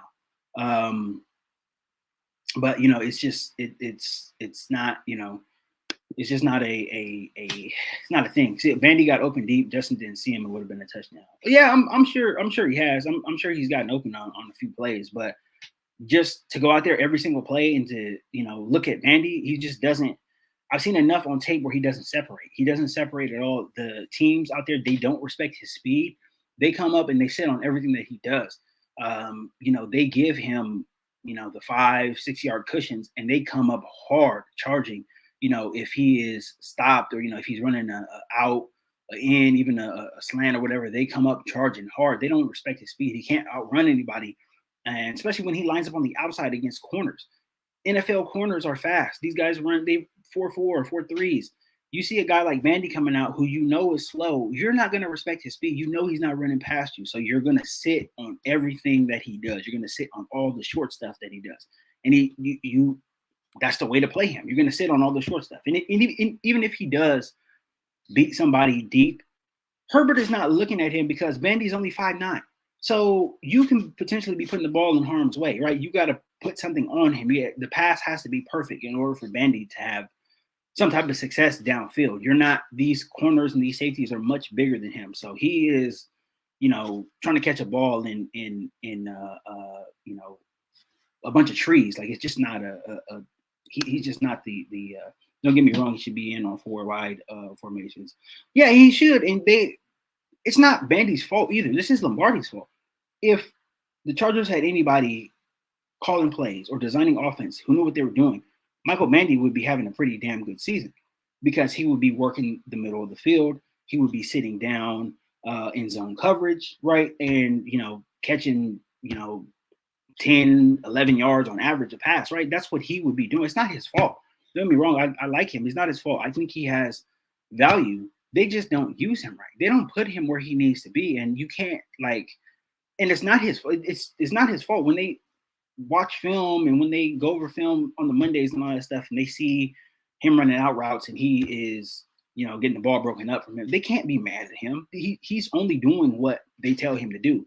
He only has the speed that he has, right? He's a 4.6 guy. He's not going to get any faster. That's just what he is. He has value, but they don't put him, and it's not just him. They don't put him or anybody else where they need to be in order for them to have success, right? It just doesn't make sense. I think a live stream or a video or something like that, I made the comparison, right? It's like having Steph Curry, right? And I'm not comparing, Vandy to Steph Curry, right? But just as far as X and O wise, right? It's like having Steph Curry and telling them, hey, quit shooting threes. Just go down to the post, right? Go down to the post and you work on the post now, right? What sense would that make? How effective would Steph Curry be? He wouldn't be effective at all, right? You'd be like, what the hell is this guy doing? So, they don't put anybody where they need to be. And this is what having a offensive coordinator who is not, paid attention to the details, who doesn't really know the details. He's over his head. He is not an offensive guy. This is not what he does. Joe Lombardi is not a play caller. He's a quarterback coach. So this is just what he does. He's just, it seems like he's just riffing at this point, right? He's just doing whatever he can, right? Maybe this will work. Maybe this won't work. There's nothing in the game plan that comes out and says that this is going to work. We're going to stick with this. We're going to do a lot of this. And then, this is ultimately going to help us win the ball game. It's just a lot of maybe this will work. Maybe that works. Maybe this works. Maybe that works. Then, it is, that's just what the offense is. And it's a Justin Herbert, you're a Justin Herbert throw away from, coming out on top, right? And not looking as bad as you should be. So that's all this offense has been, pretty much the whole time Lombardi's been here. If the Chargers find themselves down by double digits following first quarter when facing the Niners, this will be 5 consecutive games in the NFL record. Go for the record, Staley. You can do it. Right. Yeah. Yep. You bring that up. Yep. That is right. Yeah. Because they were down by 10 after the first quarter with Atlanta. And then also with the Seahawks, Broncos. Yeah. You're right, Hank. I don't know if you're a Charger fan, but you're right, man. This is that's what, it is what it is. And this is the Justin Herbert effect. How many of these the Chargers have won their last 4 out of 5 games, and they have been down. You look at this, they've been down by double digits in the first quarter, 4 consecutive games. And if they do it again tomorrow, it will be 5 consecutive games. So to win 4 out of the last 5 games with being down by 10. That's ridiculous. That's ridiculous. And then you have clowns like Acho saying that Justin Herbert is a losing quarterback. Yeah, that's I actually forgot about this. But they did bring it up. They brought it up on the Fox broadcast. Yeah, that was it's honestly ridiculous to not be ready to play, basically. And tomorrow there's no excuses. There's no excuses for the Chargers to go down by 10 tomorrow. I know the Niners are a better team and all that stuff, but there's no excuses for that. They should be ready to play. There's going to be no travel excuses. They're still in California, so they won't be waking up, any earlier than what they normally do. It's at 5:20, so there's no 5:20 in Santa Clara is 5:20 in LA, so there's no excuses with that at all. They should not get down by 10 points or more. That would be, again, to what I don't know if you were here for the first part of this, Hank, but what I was alluding to was the embarrassment that the ownership, Charger ownership, could feel if stuff like this gets out. If stuff like this is in the national media, then that's when the embarrassment comes. That's when you start to make decisions, and that's when you start to, decide whose heads are going to roll at that point, because that's when the embarrassment comes around. This is a stat, again, that's embarrassing. That will be an NFL record. It's a record that you don't want to have. It is embarrassing, though. So that is something that I do feel, again, that can get to ownership, and that can adjust how, things go as far as coaching, going forward with ownership. They don't want to be on that list. That's an embarrassing list to be on. I remember ownership. I think they only made the Anthony Lynn move after that 45-0 loss against the Patriots. And I think that was, if I'm not mistaken, I think that was on a Thursday. Was it on a Thursday night? It was either on a Thursday night, Sunday night, something like that. It was a standalone game, though. So that's when the move got made, to fire Anthony Lynn. They let him finish out the season, but the decision was made by ownership. We're going to move on to something else, because that was embarrassing. 45-0 to Cam Newton, nonetheless, at quarterback. And Belichick just coached circles around Anthony Lynn. They got embarrassed, thoroughly embarrassed. So yeah, I think that was a defining moment. These embarrassing moments for the Chargers are when things get made, moves get made. So definitely be on the lookout for that. I completely forgot about that, though. Thank you for bringing it up, but yes, I hope that's not a record that the Chargers have. Let's see. Coach T. Larry, this is the NFL. Anybody can win any Sunday. We're coming off a bye.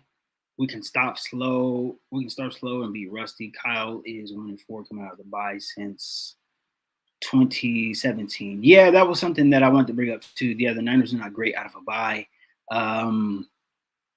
But I don't know, man. It's just, like I do feel optimistic about this game. I feel optimistic about the Chargers stopping the 49er run game, right? I do feel optimistic about that. And when I say stop, I mean not give up 200 yards, right? That's what I mean. Stop them and actually force Jimmy Garoppolo to make decisions and make, good throws on third down. That's what I mean by stopping. So I'm optimistic in that standpoint. I'm optimistic that the Chargers can make this a game where, the Niners are not scoring a bunch of points. I'm optimistic there, but on the other side, offensively, I don't see how, just based off of everything that I've seen, and I'm gonna just stick with this season. I don't see how they make a game plan, an offensive game plan that is going to challenge the Niners in really any area. They do everything well. They do everything on defense very, very well.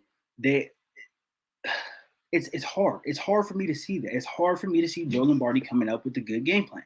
And I don't think the Niners at all, even though they're coming off a bye, I don't think that the Niners have to game plan really for the Chargers. I think they can come out and do everything that they normally do.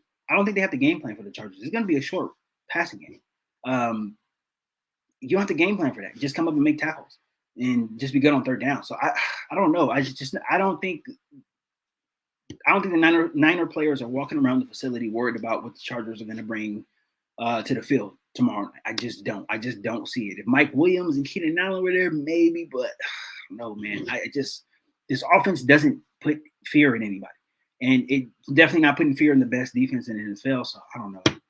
The 49ers are great at home. They blow teams out at home. Our home fans are very loud. Our team gets pumped at home.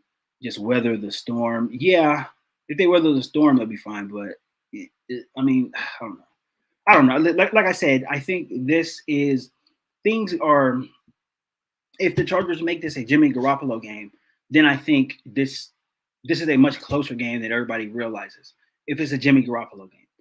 Because Jimmy is up and down, and I wouldn't trust him coming out and throwing the ball more than 30 times or whatever it is, right? If he throws the ball less than 25 times, then I think the Niners are going to obviously win this game. But I think the Chargers, they got to make him throw the ball. They got to the 3rd and 8s, the 3rd and 9s. They have to force the Niners into this. If they don't force them into it, then it's going to be a long day for the Chargers. Let's see, but we didn't have Christian McCaffrey coming out of a bye either. Yeah, but McCaffrey is just like I honestly think McCaffrey is the most overrated player in the league because he doesn't do he's not the type of player that gives the Chargers a lot of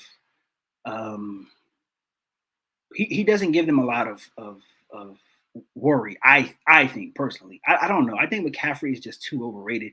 There's a lot that you can do with him, but I don't know, man. He's overrated. I honestly think he's overrated. I do. I think he's overrated. The player that I'm worried about and the player that everybody in the league is worried about when they play the Niners is Debo. Debo Samuel is a dog, with a capital D. That dude can do everything. He can do everything, and he will run you over doing it. Christian McCaffrey doesn't do everything. He's not going to run you over doing all that stuff. Yes, he can catch the ball in the backfield. You can move around and do, little stuff here and there.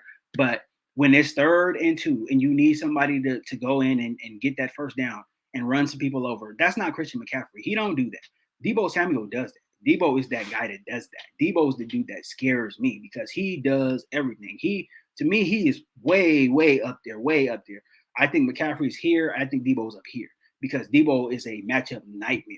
He's a matchup nightmare, and he runs angry. And he's so much better than Christian McCaffrey. I think it's going to free up Debo having Christian McCaffrey there, but I don't know, man. He's just not.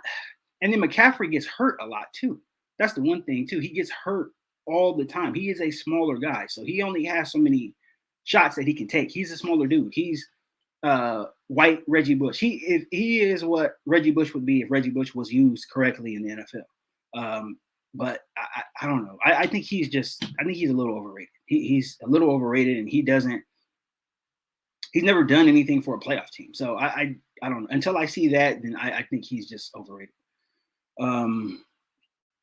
Let's see. Wait till your Monday night against Kansas City. Our game was only a 3-point game, and with 11 minutes left in the fourth.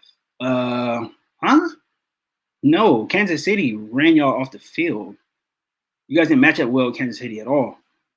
They ran you guys off the field, and they were able to do it with a short passing game, and they were able to throw you guys off. The McCole Hardman stuff threw you guys off. Nobody's seen McCole Hardman coming in having all them touchdowns. I didn't either, but that's why Andy Reid is who he is, because he seen a matchup there and he exploited it. And that's what you have to worry about that with Andy Reid, because somebody can really come out of nowhere and have a huge game on you because he sees something in practice. He'll see a matchup that you don't see and that the defensive coordinator doesn't see. They ran you guys off the field. They beat you guys pretty well. The Chargers match up good against Kansas City.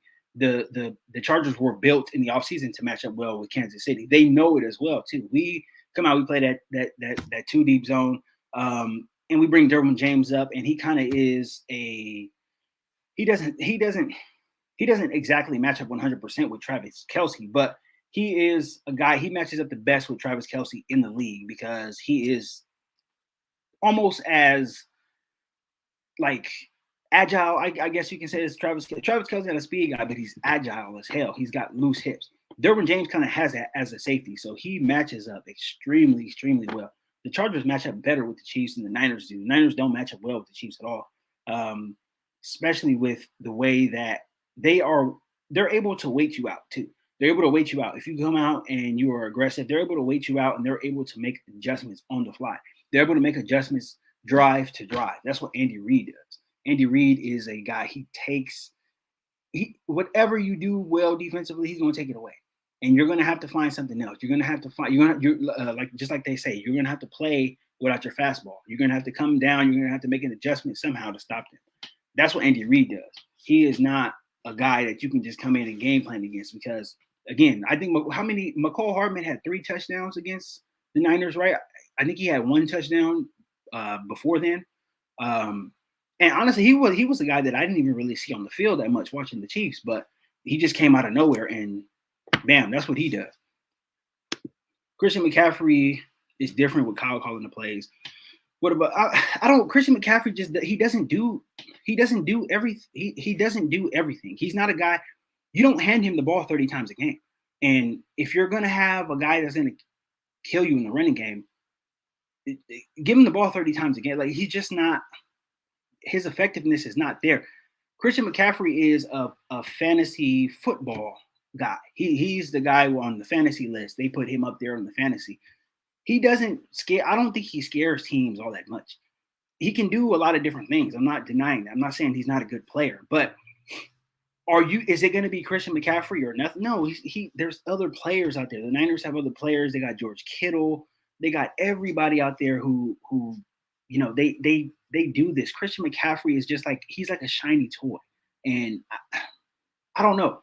I don't think that he is, I honestly don't think that he's all that great, to be honest with you. I really don't.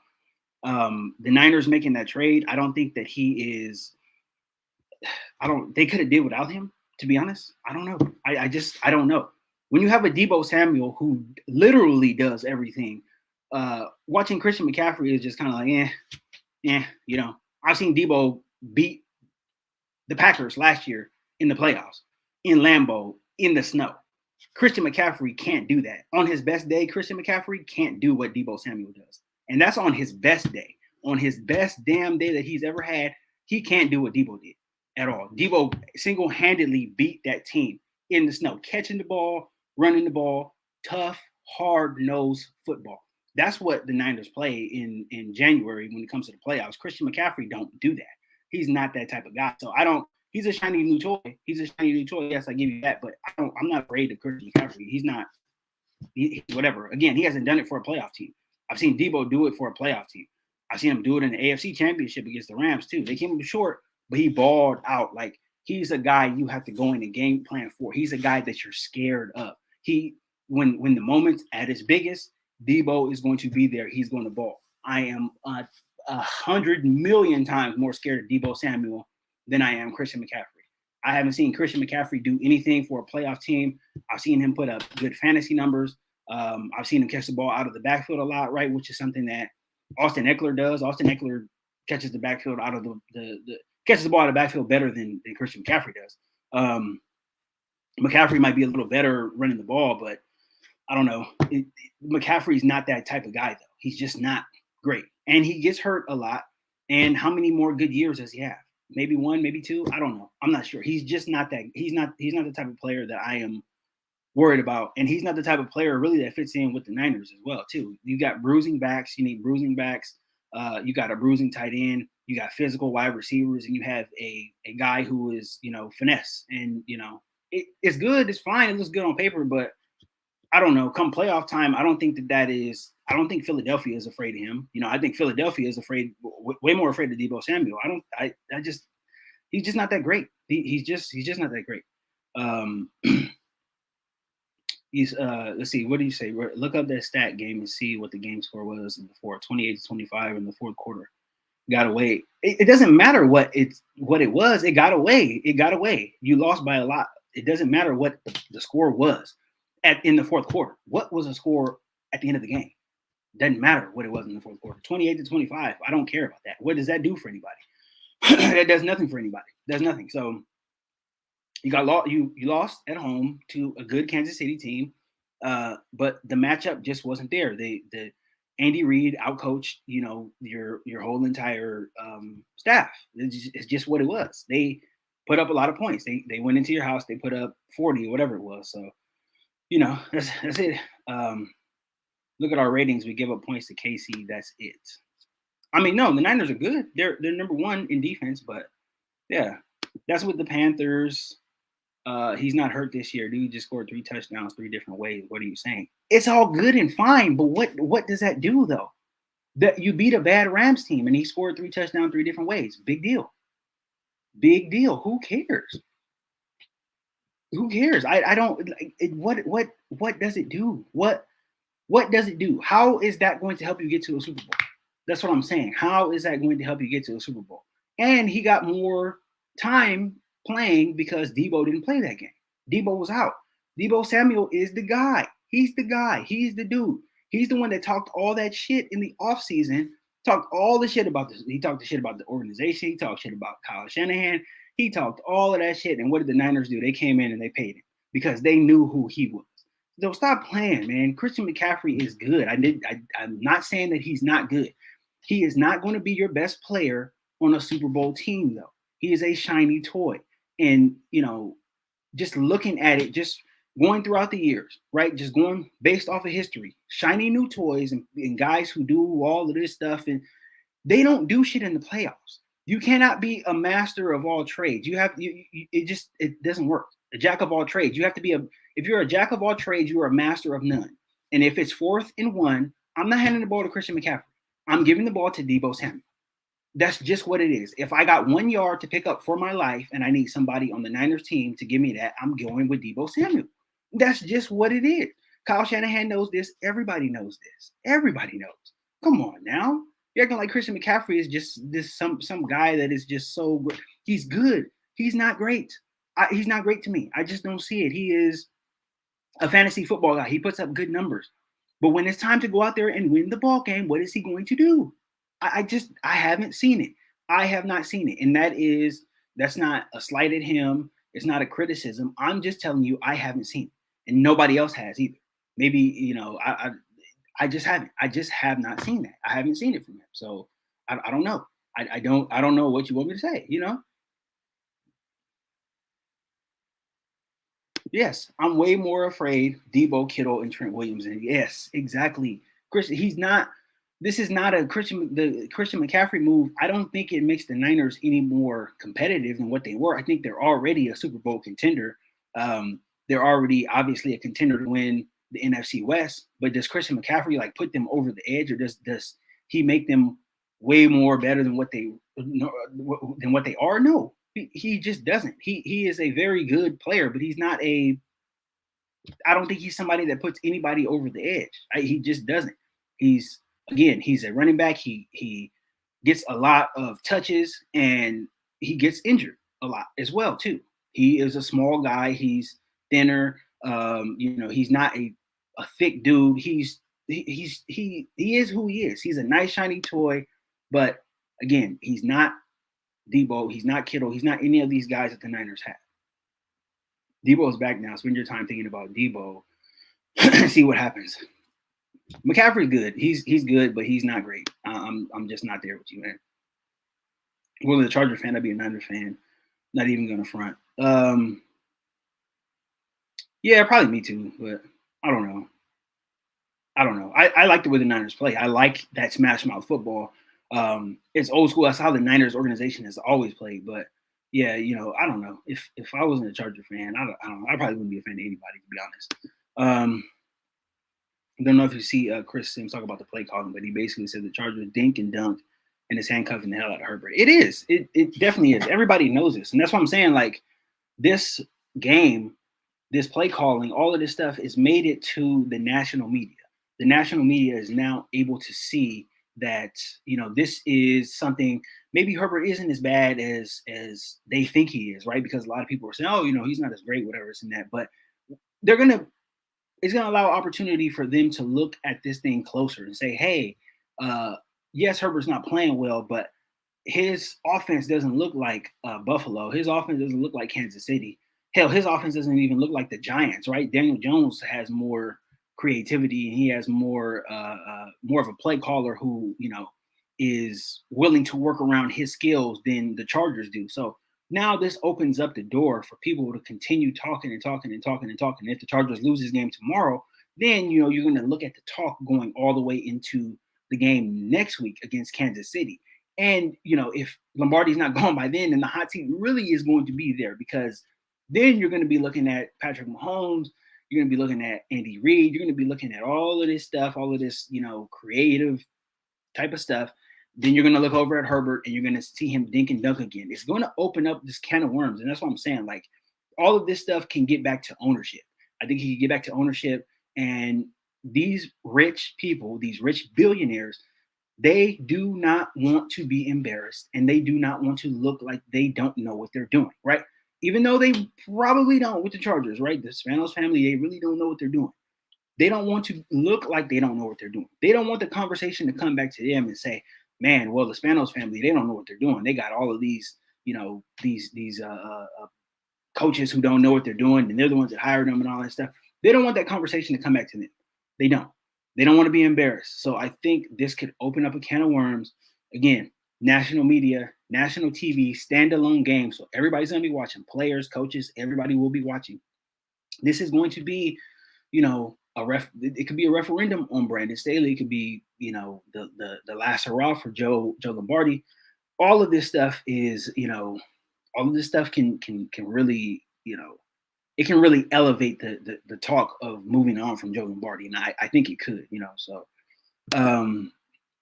So did the Chargers activate for Hoku? Yeah, they signed him to the active roster now. So he'll definitely be playing without Austin Johnson. I think he fills in well at that position, because he played it last year and he was the best run stopper the Chargers had. So I think that he is going to have some success. But yeah, he did get signed to the active roster. Who you think winning tomorrow?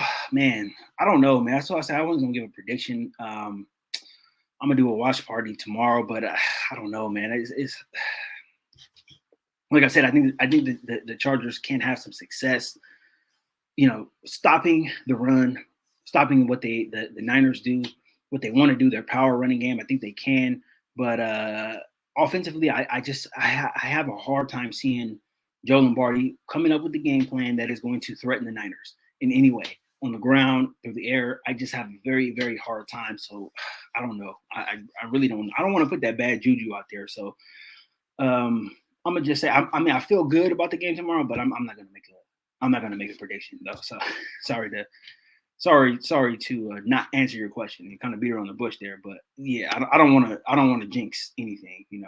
Step of Faith Ministries. What's up, man? What's up? How you doing? Let's see. The media seems to be ignoring the facts that Justin is playing with a torn rib cartilage. Yeah, they've talked about it a little bit, but if he's playing, then he's gonna be expected to play well. And I think he has played well, but I don't think the talk is shifting now. I don't think the talk is about him anymore. I think the talk is on this coaching staff, and rightfully so, as it should be. I don't think that he is going to be the subject of, why is he not playing well, whatever it's in that. I think he is. I mean, I hate the word victim, but I think he's in the victim role now. And as the national conversation goes along, once we know what happens tomorrow night after the game, then that's when it really will take off, because a lot of people are saying on here in the national media, Justin Herbert is being handcuffed. He's being handcuffed. He's not allowed to play like the other great quarterbacks in the league because his offensive coordinator really doesn't know what he's doing, right? And that's what the conversation is now. So I think going forward, that is really just going to get, repeated. It's going to get repeated, and it's going to get echoed and echoed and echoed until a move gets made. I think that's where it's headed now. That's where the talk is headed now. People are watching the Charger film. They're breaking down the film, and they're not seeing a Herbert problem. They're seeing the Charger offense problem. They're seeing the Joe Lombardi problem. So I think going forward, you're going to see a lot more of that rather than Herbert's not good or whatever, or, that's where the talk is going as of right now. Did you hear Steve Young tell the gospel? Yes, I did. Yeah. I was trying to play it. I wanted to find the audio, but I couldn't find the audio. Beginning of this live stream, I did play a video from ESPN. I think it was NFL Live. They pretty much, talked about what I'm talking about now. Right? Why is the Charger offense struggling? And, they pretty much talked about why the Chargers are not doing it. They got into a little scheme stuff as well, too. If you go back to the beginning of this live stream, it's there. I'm going to keep this up so you guys can see it. But they pretty much got into the talking points that I get into all the time. Like, this is clearly a scheme issue. This is a coaching issue. This is not a Herbert issue. And, they acknowledge that. So, again, I think the talking points about that are going to move forward. I don't think they're going to go back. I don't think everybody's going to, get, Herbert, he's not as good as so-and-so, whatever. I don't think that. But, yeah, I do think that the talking points are there. And I think it points to coaching more than it does to Herbert. So let's see. Take the Bolts by 4.5. Well, if you're betting gambling, I think the spread is like 7. So if I had to put money on this, I'm taking the Chargers. I don't think the Niners are going to cover the spread. 7 points is a lot in the NFL. A whole touchdown is a lot in the NFL. So yeah, I would take the Chargers as the points if I was betting. But just predicting on here, I don't know. Fred Warner scares me. Yeah, Fred Warner is good, man. He's one of the best. Honestly, I think he's the best middle linebacker in the league right now, just because of what he can do. He comes up, he supports the run, but he is also, I think he's the best cover linebacker in the league as well, too. He runs like a safety. He's fast. He's extremely fast, very twitchy. So, yeah, I think the hot route stuff and all of that, they could have trouble with that tomorrow. He can cover Eckler out of the backfield. He can cover the middle of the field as well, too.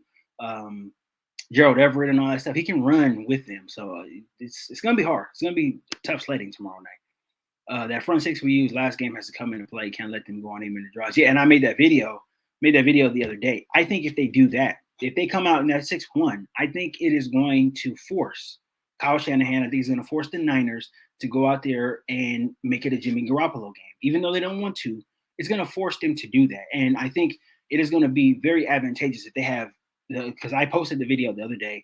If they keep Derwin James in at one of the outside linebacker spots in that 6-1, then you really have a matchup that is favorable for the Chargers on defense, right? Because he can come up whatever side George Kittle is on, he can come out, get on that side with George Kittle, right? He can follow him down the field. He can come up in blitz, right? He can go into zone, he can hit the flats. He can do a lot of different things in that. So I think that they will come out in that 6-1. They have no choice. They can't stop the run with the base, 3-4. They can't stop the run. So they're going to have to change it up. I do think that they play a little bear coverage as well, too. Anybody knows what the bear is, the 4-6 bear.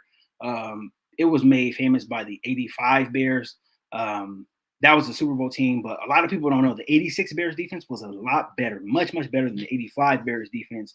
And they get talked about as the best defense of all time. The bear it pretty much shut down the inside run. And I think if they come out with that, right, you have your end in the 3, you have the nose tackle in the 0, right up on the center, and you have the other right end in the 3 as well, too. That pretty much shuts down, kind of closes down the A gap, a little bit of the B gap as well, too. But it's up to the linebackers to come up in the field and make plays at that point. If they're able to do that, then they can shut that down, too. I expect to see some of that as well as the 6-1 tomorrow, too. But, they're going to have to go to these fronts to try to stop the run. They can't do it in their base defense. We've already seen enough. We're more than halfway through the season. The Chargers cannot stop the run in their base defense. So they got to go to some special stuff, right? And this, it's no issue, but you have to adjust. And Brandon Staley has to be willing to adjust. He showed it last game, so I expect to see it tomorrow.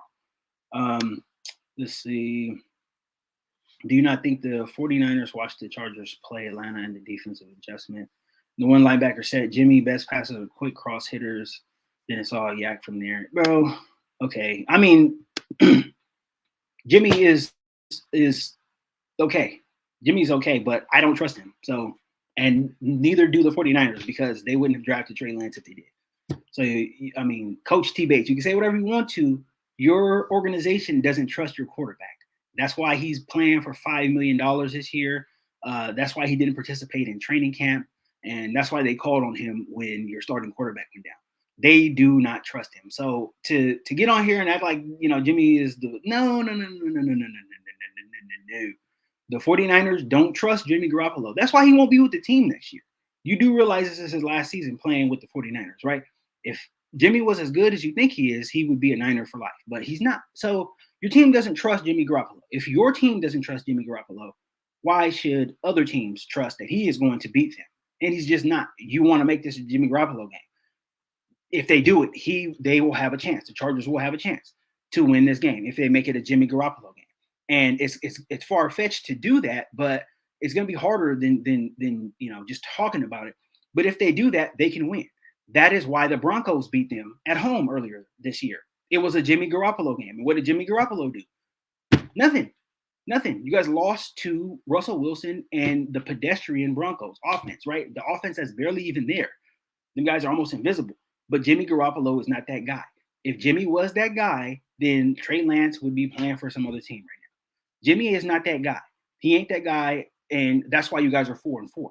That's why the Chargers have a better record than you, because Jimmy is not that guy. Jimmy Garoppolo is not that guy. He is okay. He's a game manager. He is he's a step down from Kirk Cousins. He's a step down from Dak Prescott. That's who Jimmy Garoppolo is. He ain't that guy. Your organization doesn't trust him. Your organization really don't care about him. He is there, and he's playing for $5-6 million, whatever it is, right? He's making less money than Justin Herbert, and Herbert's on a rookie contract. They don't trust him. Jimmy ain't that guy. So, to think that this is Jimmy's best pass and that's Jimmy's best pass. Jimmy's best pass is the one that gets completed, right? That's what he does. The one that gets completed is his best pass. He don't have any signature stuff that he does as a quarterback. He throws to open receivers because they get schemed. Kyle schemes them open, but that's who Jimmy Garoppolo is. He is not great. Not even. I think he's good, but I don't think he's great.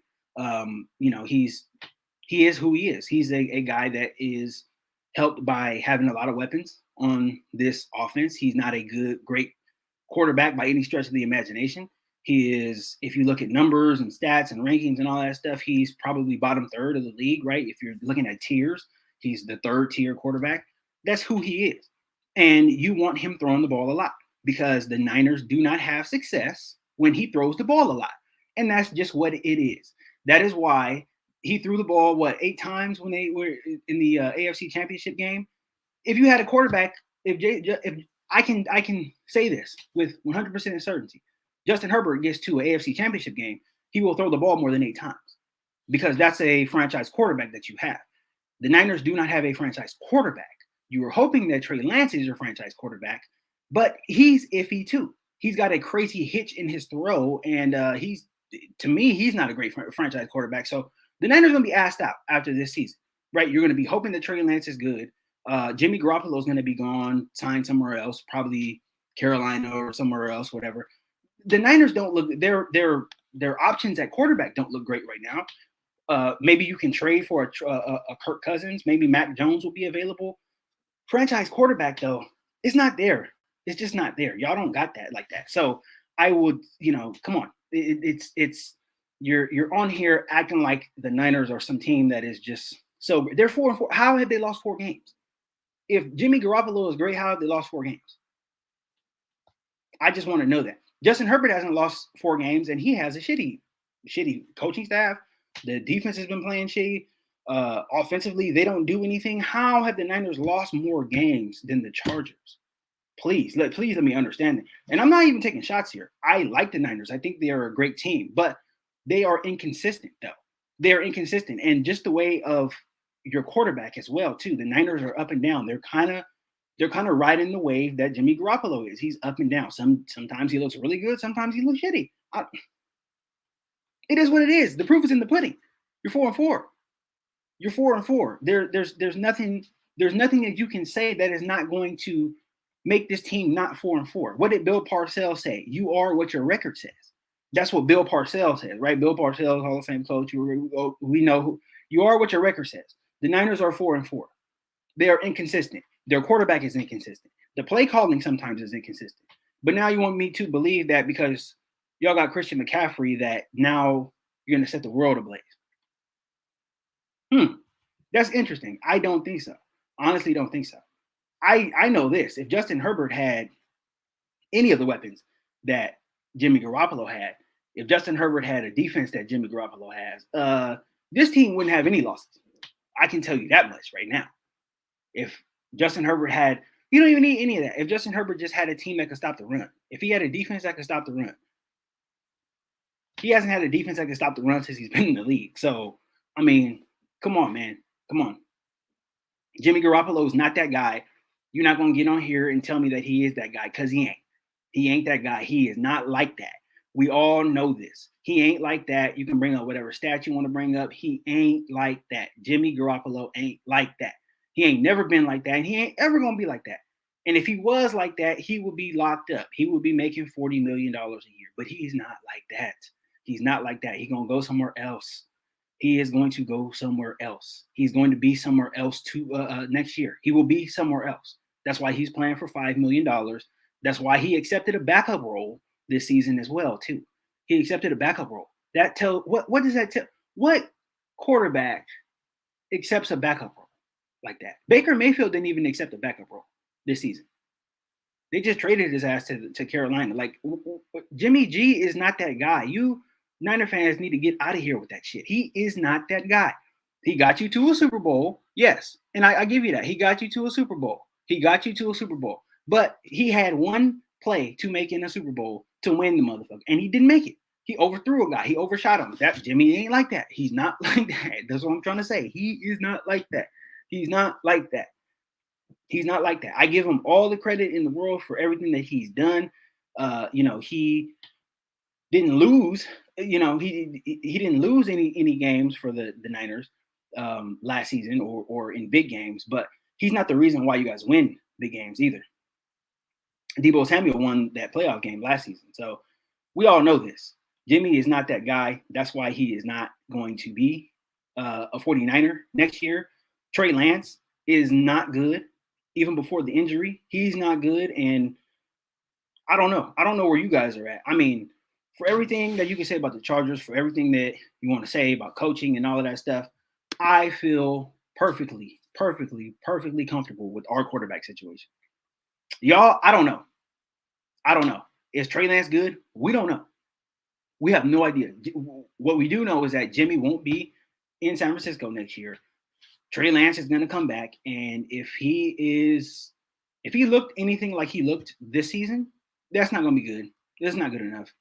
It's just not going to be good enough. And there's no scheme. There's no play calling. There's no Kyle Shanahan scheme that is going to make it so that Trey Lance is a good quarterback, because he's just not. He's not. I don't see it. That's what happens when you play, FCS ball for 1 year and then get drafted to, the Niners and have, give up draft picks for him. That's just what happens, So it is what it is, man. It is what it is. He played in the NFC Championship last year. Yeah, and he also threw the game-losing interception in the NFC Championship, if I remember correctly as well. He ain't that guy. He's not that guy. He's not that guy. If he was that guy, he would be the reason why you won. Matt Stafford was the reason why the Rams beat the Niners last year. Matt Stafford is that guy. He's got the ring. That's who Matt Stafford is. He made the throw. People, you can say whatever you want to say about him in Detroit. Matt Stafford is a Super Bowl champion, okay? Because he's that guy. He's talented enough to do that. And I haven't been a Matt Stafford fan pretty much at any point in the season. Only thing I can say about him is he's got a good arm. But I haven't been a Matt Stafford fan. But he was that guy, and he beat you guys. So he was good enough to beat you guys. Jimmy Garoppolo, Jimmy G wasn't good enough to beat the Rams. It was not the other way around. So please don't get that twisted. Come on, man. CMC and Elijah Mitchell will make Trey life. Oh, okay, yeah, sure. Just like they make Garoppolo's life easier. That's why you're 4-4. Come on, man. Get out of here with that. Get out of here with that, man. Come on. And it doesn't matter. You can make a running back can make a quarterback's life easier. Yes, I agree with that 100%. But a quarterback, if you're going to have success and if you're going to win, you got to make throws. Because if that was the case, Ryan Tannehill would have the the absolute easiest path to get into a Super Bowl every year. And he hasn't even came close. Derrick Henry has ran for the most rushing yards by far, right, past 5 years. Ryan Tannehill's job will be hella easy. But it doesn't matter. You can have whatever running back you want to back there. If your quarterback cannot make throws and you can't make throws under pressure in the fourth quarter, you ain't winning shit. And you've seen that. That's why the Niners didn't win the Super Bowl against the Chiefs. You've seen that. It doesn't matter what your run game is. Your quarterback needs to make throws. This is the modern day NFL. This ain't the 70s. This ain't the 80s. You cannot ride whatever running back. You can't ride Christian McCaffrey. You can't ride Elijah Mitchell. You can't ride them to no damn championship. Your quarterback has to come out and they have to make throws. And they got to step into it. They got to make throws under pressure. They got to get hit in the mouth. They got to complete all of that stuff. That's what they have to do. That's what you have to do to win. I don't care what you have in the backfield. I don't care who your running back is. I don't give a damn who your play caller is. I don't care what you got. Your quarterback has to make throws. That's how you win in this league. You have to make throws. Have to. And if you don't have a quarterback that can't make those throws, you're not going to win anything. And it doesn't matter who you have around him. It doesn't matter what your offensive line is. It doesn't matter what your linebacker core is. It doesn't matter what your defensive line is. It doesn't matter. If your quarterback can't make throws, you will not win. That is why they get paid the most money in this league. And that's why they make the most money by far, because it is on them to step up and make throws when it is needed. And if you cannot do that, you will not win. That is why Matt Stafford is overpaid right now, because he stepped up and he made throws. He made throws in the NFC Championship game and he made throws in the Super Bowl to win it, right? It didn't matter who else he had out there. It didn't matter. Aaron Donald didn't matter. Nobody else mattered. All it came down to was Matt Stafford completing throws to win.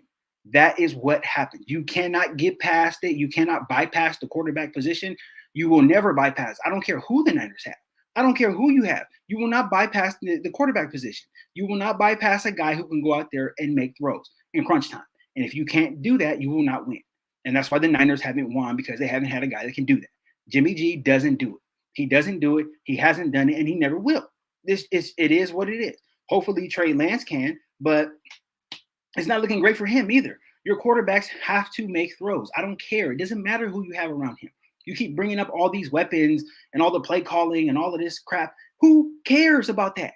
It doesn't matter. Kyle Shanahan's not out there throwing the ball. It doesn't matter what play he throws. It's up to the quarterback.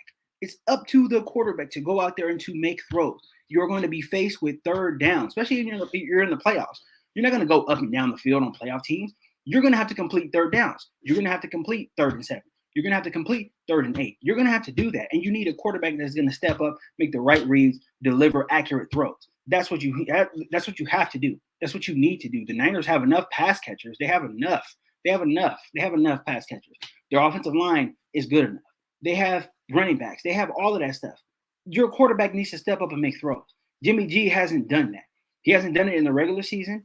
I don't think that he's going to do it in the playoffs. That's why, again, the Niners are 4-4. The Chargers have a better record than the 49ers at this point right now. And that is facts. And you can bring up whatever stats that you want to, but it's facts. These facts don't care about your feelings. They don't. They don't. These facts don't care about your feelings. Your quarterback played like trash in Atlanta last week. Play that game tomorrow. The Falcons beat you guys. The Falcons whooped your guys' ass by 2 touchdowns. What are you talking about? The Falcons beat you. You lost to the Falcons at home. Marcus Mariota throwing off the ground. You see him on Thursday night throwing off the ground. He was on his back throwing passes. That's who y'all lost to in Atlanta. Now bring up some excuses from that. They beat you. The Falcons beat you. The Chargers won. Is there anything you can bring? Is that not true? Is that not a true statement? Did the Falcons not beat you at home? Is that not a true statement? Did the Falcons beat the 49ers at home? Am I lying? If I'm lying, I'm flying. If I'm lying, I'm flying. Did the Falcons beat you at home? Did the Falcons beat you at home? Did you lose to Marcus Mariota? Is that a lie? Like I said, if I'm lying, I'm flying. The Falcons beat you. That's just it. The Falcons beat you. You lost to the Falcons. What can I do? What can I do? What can I do? Yes, you lost to the Falcons. Okay. Not going to lose to you. Hope it's a beatdown. You hope. We can hope whatever we want. I hope I get $1 million. That means it's gonna happen. You can hope whatever you want to. It's up to the players on the field. And just looking at the pedigree of your quarterback, he doesn't do that. He doesn't do it. He's not that guy. And again, what if I'm lying? I'm fine. He ain't that guy. Your quarterback is not that guy. He's not the guy. He's just not. He's not that guy. He's good. He's a game manager, but the Niners don't want the ball in his hands a lot. And they call plays. Kyle Shanahan calls plays. He game plans for that. They don't want the ball in his hands a lot. They want to run the ball. They want to be physical. They want to control the line of scrimmage. They don't want Jimmy going out there and slinging it. They just don't. That is not how they play. Yes, that's not how they play. Exactly. And that's why I said Denver beat the Niners too. Yes, Denver beat the Niners. They beat the Niners at home. And if Jimmy was that guy, Jimmy would have made a play to win the game, but he didn't. The offense wasn't good. There was a whole thing where he went to the sideline and he mouthed to Kyle Shanahan, oh, your plays suck or something like that, right? And I guess he said he didn't say it or something, but it was all like Jimmy Garoppolo ain't that guy. He ain't that guy. He's not that guy. I'll be back tomorrow to holler at you. I mean, even if you guys beat us, so what? What is that? What does that mean? The Seahawks beat us too. So what does that mean? The Seahawks beat our ass at home. The Jaguars beat our ass at home. I'm not saying that the Chargers are a good team. Like I am not saying that. I didn't come on here and say that the Chargers are a good team. If you go back and you watch my history of everything that I've covered with the Chargers, I am the most critical person that covers the Chargers on YouTube, on Twitter. I'm critical because I can call it down the middle. I'm a Charger fan, but this team is not a good team. This coaching staff is not a good coaching staff. I've said that. Offense, defense, not a good coaching staff. The one thing that the Chargers rely on, and they rely on him to a fault, and it's too much, is Justin Herbert. Justin Herbert has to come out and save the day all the time.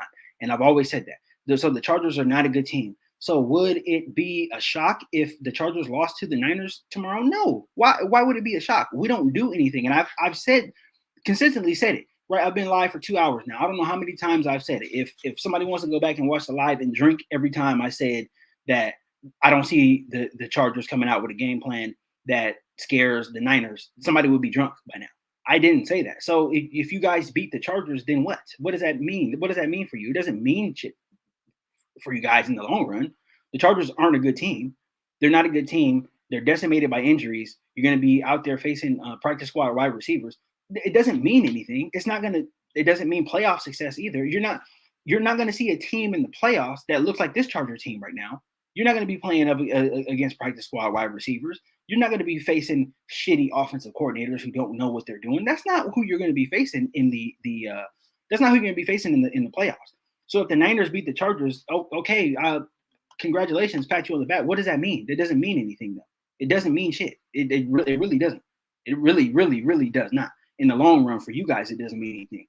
All it will mean is that we're both 5-4 at the end of the day. So I don't know. Do you want a cookie if they beat the Chargers? I don't.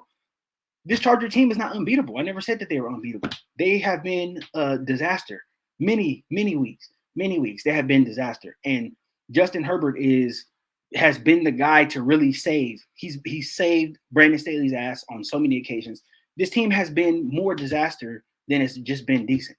The disaster situations all around on defense, offense, whatever. I'm not coming on here and saying that the Chargers are a great team. I've never said that.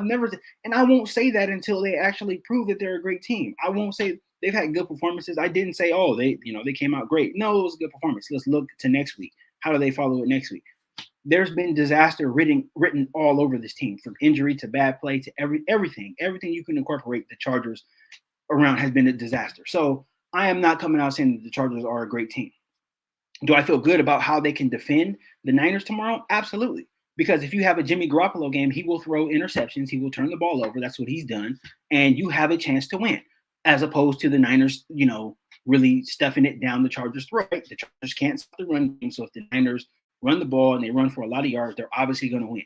But if they don't do that and the ball is in Jimmy Garoppolo's hands, the Chargers have a much, much, much, much better chance of winning this ball game, as opposed to the ball in running backs, Deebo Samuel's hands, running the ball, gashing us for 300 yards on the ground. It's a much, much better chance. Jimmy Garoppolo is not the quarterback that you think he is. And I'm just stating facts. So if you guys come out and beat us, if you come out and beat us, come back. You're welcome to come back. I'm going to do a watch party tomorrow. You're welcome to come back. Talk as much shit as you want to, but just know that it doesn't do anything. It's not going to – Jimmy Garoppolo beating a beat-up Charger team is not going to do anything. That's not going to galvanize – maybe galvanizes the fan base. I wouldn't. If I was a Niner fan, I would okay, you're supposed to win tomorrow. You're favored by 7. So what am I supposed to do with that information? I don't. Like, I just, you know what I'm saying? This is just not – the Niners aren't that good of a team when it comes to the execution and all that stuff. They're good on paper, but they have a lot to prove. And they've had a season where they have had some injuries and they've overcome some injuries, but they've had some bad play too. So they need to be better too. They have a lot to prove as well. It's not just the Chargers in this. They have a lot to prove. They're 4-4. If the Chargers do pull an upset, the Niners are 4-5 through 9 weeks. Through 10 weeks. That's not good. That's not good. And I know there's a lot of talent on this team, but if the Chargers do pull an upset, 4-5 for the Niners at this point is not good. That's almost, you're getting close to disaster situation there. So, to be so confident, after having so many bad performances throughout the season and having more losses than the Chargers, I don't know. It's just not that. It's not that. You know what I'm saying. It's just not that type of thing. So, let's see. I'm new to your channel, bro, but I will subscribe. Thank you. Yeah, thank you. We'll be doing live show tomorrow night. Yeah, I'm gonna do a watch party during the game tomorrow. So I think kickoff is at 5:15 or 5:20. So I'm gonna be on about 5:15. So yeah, I'm gonna do a watch party. We're gonna watch it. I want to see what goes on. I kind of want to react to things as they happen in real time. So yeah, I would be doing a watch party. Kyle Shanahan is a choke artist. I mean, I guess you can say that, but he does. Kyle Shanahan, he gets too big for his britches sometimes. Sometimes he will try to get too cute, and I think that's been his downfall so far. When you have something working, you go with it. You go with it. When you have the run working, you go with it. That Super Bowl, when he was offensive coordinator for the Falcons, they were running the ball well. Go with it. Just go with the run game. Stick with the run game. But if you don't stick with the run game, you know what I'm saying? You're liable for things to happen, right? If it ain't broke, don't fix it. It's kind of that old thing. But some of these younger coaches, they get too big for their britches. I am of the mindset. I'm old school.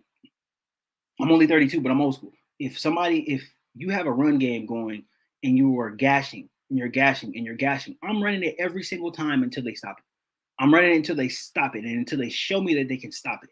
Until they show me that they can actually really stop it. Not just, throw me for a 2-yard loss on one play or whatever because somebody whiffed on a block. No, show me that you can actually consistently stop it. If you can't consistently stop it, I am of the mindset you keep running it until they make you stop it. And if they don't make you stop it, then you keep doing it. Kyle Shanahan gets too cute sometimes. The trick plays and all of this type of stuff. When you have something going, just go with it. Just go with it. I think that's what his issue is, and he's been known as a choker because of that. So, it is what it is. But that's he gets too cute. He got to put your foot down sometimes. Keep your foot on the gas. Don't take it up. Everyone already expects us to lose. So if the Niners beat us, it doesn't say much. Exactly. Like the Chargers are the underdogs by 7 points. 7 points is a big number in the NFL. It's a huge number in the NFL. That's a whole touchdown. The average spread between an NFL game, I think, is 3. That's what the average is. This is more than double the average. So yes, a lot of people expect us to lose. Like I said, if I was betting, I would take the Chargers. I don't think the Niners will cover, but this is a big spread. So yes, everybody expects the Chargers to lose. I'm just on here, just covering the Joe Lombardi aspect of it. Again, if they lose tomorrow, it wouldn't be a surprise. I don't think, depending on how they lose now, would be, a embarrassing. It could be embarrassing, but even if they lose tomorrow, I don't think the sky's falling. So, it is what it is from there, So, if you're a fan, then be a fan. Have faith in the Chargers. Yeah, I have faith in them, but it's not LA or a Chargers fan. Yeah, I'm a Chargers fan. Yeah, for sure. I have faith in them. I have faith in the way that they can play defensively, but offensively, I just don't think that at least from what I've seen, I don't think that they have a way to threaten the Niners. Now, there's a lot that goes into a game, right? Turnovers could be at play, right? Special teams, even though they haven't been great this season, they've been okay. Special teams can make a play. There's a lot of different ways to win in the league. So I'm not saying that the Chargers don't have a chance. I'm just saying offensively, though, they have to do something. They have to be able to move the ball some type of way. And they have to just try to run the ball. If they don't try to run the ball, then it's going to be hard. It's going to be hard for the offense to go downfield against this Niner defense. I think if they get the lead, if the Chargers get the lead early, right? If they're able to get the lead early, right? Maybe they have a good opening drive or whatever. They score a touchdown. And they turn the Niners over, then I think it puts pressure on the Niners at that point. And then at that point, I think it makes the Niners go to that Jimmy Garoppolo style of play, and that's not what they want to do. And that's when they have been bad offensively. The Niners, when they start throwing the ball a lot, they start going 3 and out. That's when it's been bad offensively. So I'm not saying that the Chargers can't win or they don't have a chance, but just offensively, just when everything's even, if there's no turnovers, if it's a clean game, whatever, then the Chargers are gonna have a hard time moving the ball offensively. But this is the time for other aspects of the team to come into play, right? Special teams, defense, maybe get a turnover, maybe force a fumble, maybe do some stuff like that, maybe block a field goal, whatever, like return a punt for a touchdown, block a punt, a lot of different ways to swing momentum. So if they are able to have like momentum swinging plays, then I think, they will have a good chance to win, but they have to make those plays though in other aspects. Or maybe the Niners make a mistake, a busted coverage, right? Maybe they forget about Bandy and he's running all the way down the field, right? Moving for a touchdown. I don't know. There's just a whole lot of different things. So there's never not a chance to win, but there is, when everything's even, the offense of the Chargers, injuries, Joe Lombardi's play calling, his game planning, it's not all that great. So I don't know. I do have faith, though. I think it's going to be a much closer game than everybody expects, especially, going into the fourth quarter. I think it's going to be close going into the fourth quarter. And at that point, it's anybody's game. So, again, the Niners, they haven't played all that well this season. They're only 4-4, only 4-4. Coming into that game against the Rams, they were 3-4. So, I wouldn't be shocked tomorrow either way. Right, I wouldn't be shocked if the Chargers lost. I also wouldn't be shocked if the Chargers won, because look at this Niner team and all the talent. That could be you. If you're looking at a team that's underachieved, that's the team right there that's underachieved more than the Chargers have. Because if they end up 4-5 with all that talent on their team, and the Chargers end up 6-3, I mean, you know what I'm saying? Like I can see that. So, Manny Moda, what's up? Just subscribe to the channel, go Chargers. Thank you so much, Manny. Appreciate the subscription. I'm gonna go live tomorrow. I'm gonna be on here having a watch party. I want to react to all of the stuff that's going on tomorrow. So I will be on here live. I want some more. Yeah. That's funny. George Kittle, we're gonna run the ball down their throats. Yeah, and I expect them to. I expect them to. That adjustment the Chargers made last week, though, it could pay some dividends this week. That 6-1, they're able to come out and stop them first and second down. Then I think things go in our favor a lot more if that happens. But they got to go out there and they got to execute. And Staley has to consistently make adjustments. If he makes adjustments tomorrow, then I'm gonna like where we're at. So.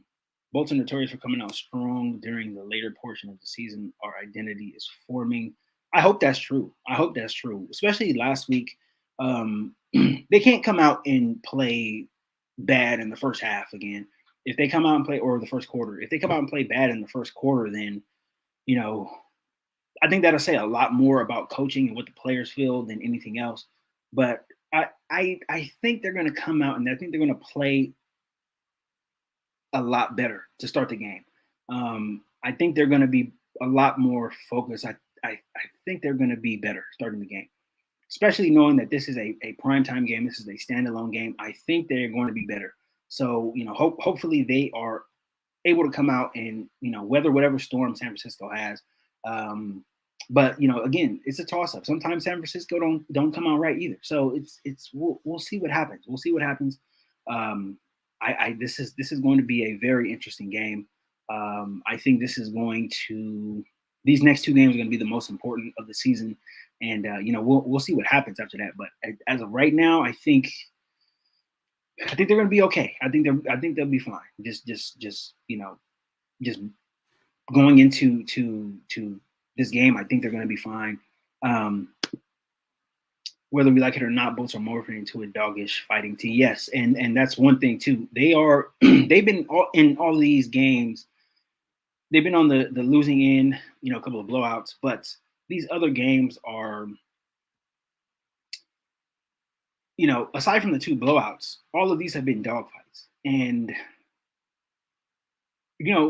when you're looking at playoff type games, those have been like playoff type games, right? Even though they're not against like playoff teams, but they are playoff type games. They are games, high leverage games, right? Where you must execute to get a win, right? You must go out there and you must make a play to win the game. Just like last week, Austin Eckler had that fumble, dumb luck. The Chargers recover it. You got to make one throw to get back into field goal range. They do it. So the protection was good. The route was good. The ball was perfect. Everything was executed on that play. So yes, I think these games they're building calluses. And yes, it looks ugly. And I've said this, but I think it is.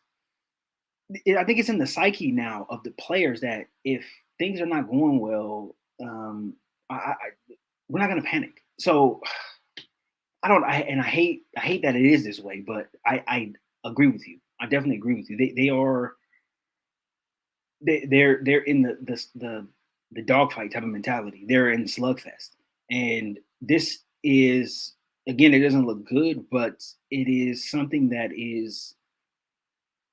I think it could be a positive, and I think at this point, especially going down the season, I think it is going to be a positive because if you are a team that is not in a lot of these dogfights, if you're a Buffalo, right, when you get some adversity last week against the Jets, right, you kind of just, not really give up, but you kind of just,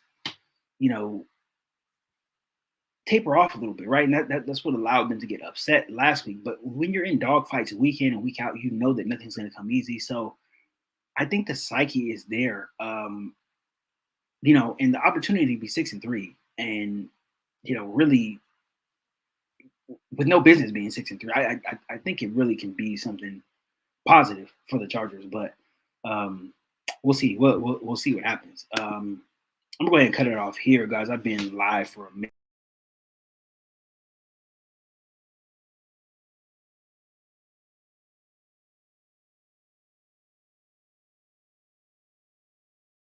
Longest live so far. Sorry about that.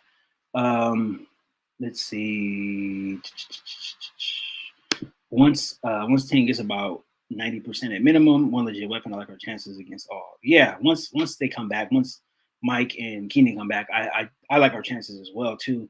I think the run game though, the run game is going to have to play some type of role down the stretch. It's going to have to be better. It doesn't have to be for a lot of yards, but you're going to have to take some pressure off of Justin Herbert at some point. At some point you're going to have to make it easier for him, especially against defenses. Once they get in, their game plans against us, you're going to have to make it a lot easier for Herbert. And it's not easy for him now, but again, this is building calluses. So I wouldn't be surprised if they came out and they made a run tomorrow and won that game tomorrow. But it's gonna be tough sledding. But I am optimistic. So definitely. Your channel is underrated. Thank you so much, David. Hopefully, you're a subscriber. If you're a subscriber, thank you. Even if you're not, thank you for joining me for this live stream here. I've been live for quite a bit now, so I'm gonna go ahead and cut it off. I will see you guys tomorrow, though. I'll be on here. I'm gonna be doing that watch party for the game tomorrow. So hopefully the Chargers are able to pull one out. It's gonna be hard. It's gonna be tough sledding. Gonna definitely be tough sledding. What's status with Kelly? I think he's on IR still. Because he wasn't on the injury report. So yeah, I think he's on IR. Larry Crash, fix that Wi-Fi, brother. It's lagging bad. I'm going to. Thank you for the feedback, because I don't know how it looks on everybody else's end. Thank you, though. I really appreciate that. Have a good night. I'll be in between here and the director's channel tomorrow for sure. Yes, sir. I'll be here. I'll be here doing the live stream. So, hopefully you guys will join me. We'll have a good time, and hopefully we see a Chargers win. But that's all I got for this one, guys. I will see you tomorrow, and bolt up.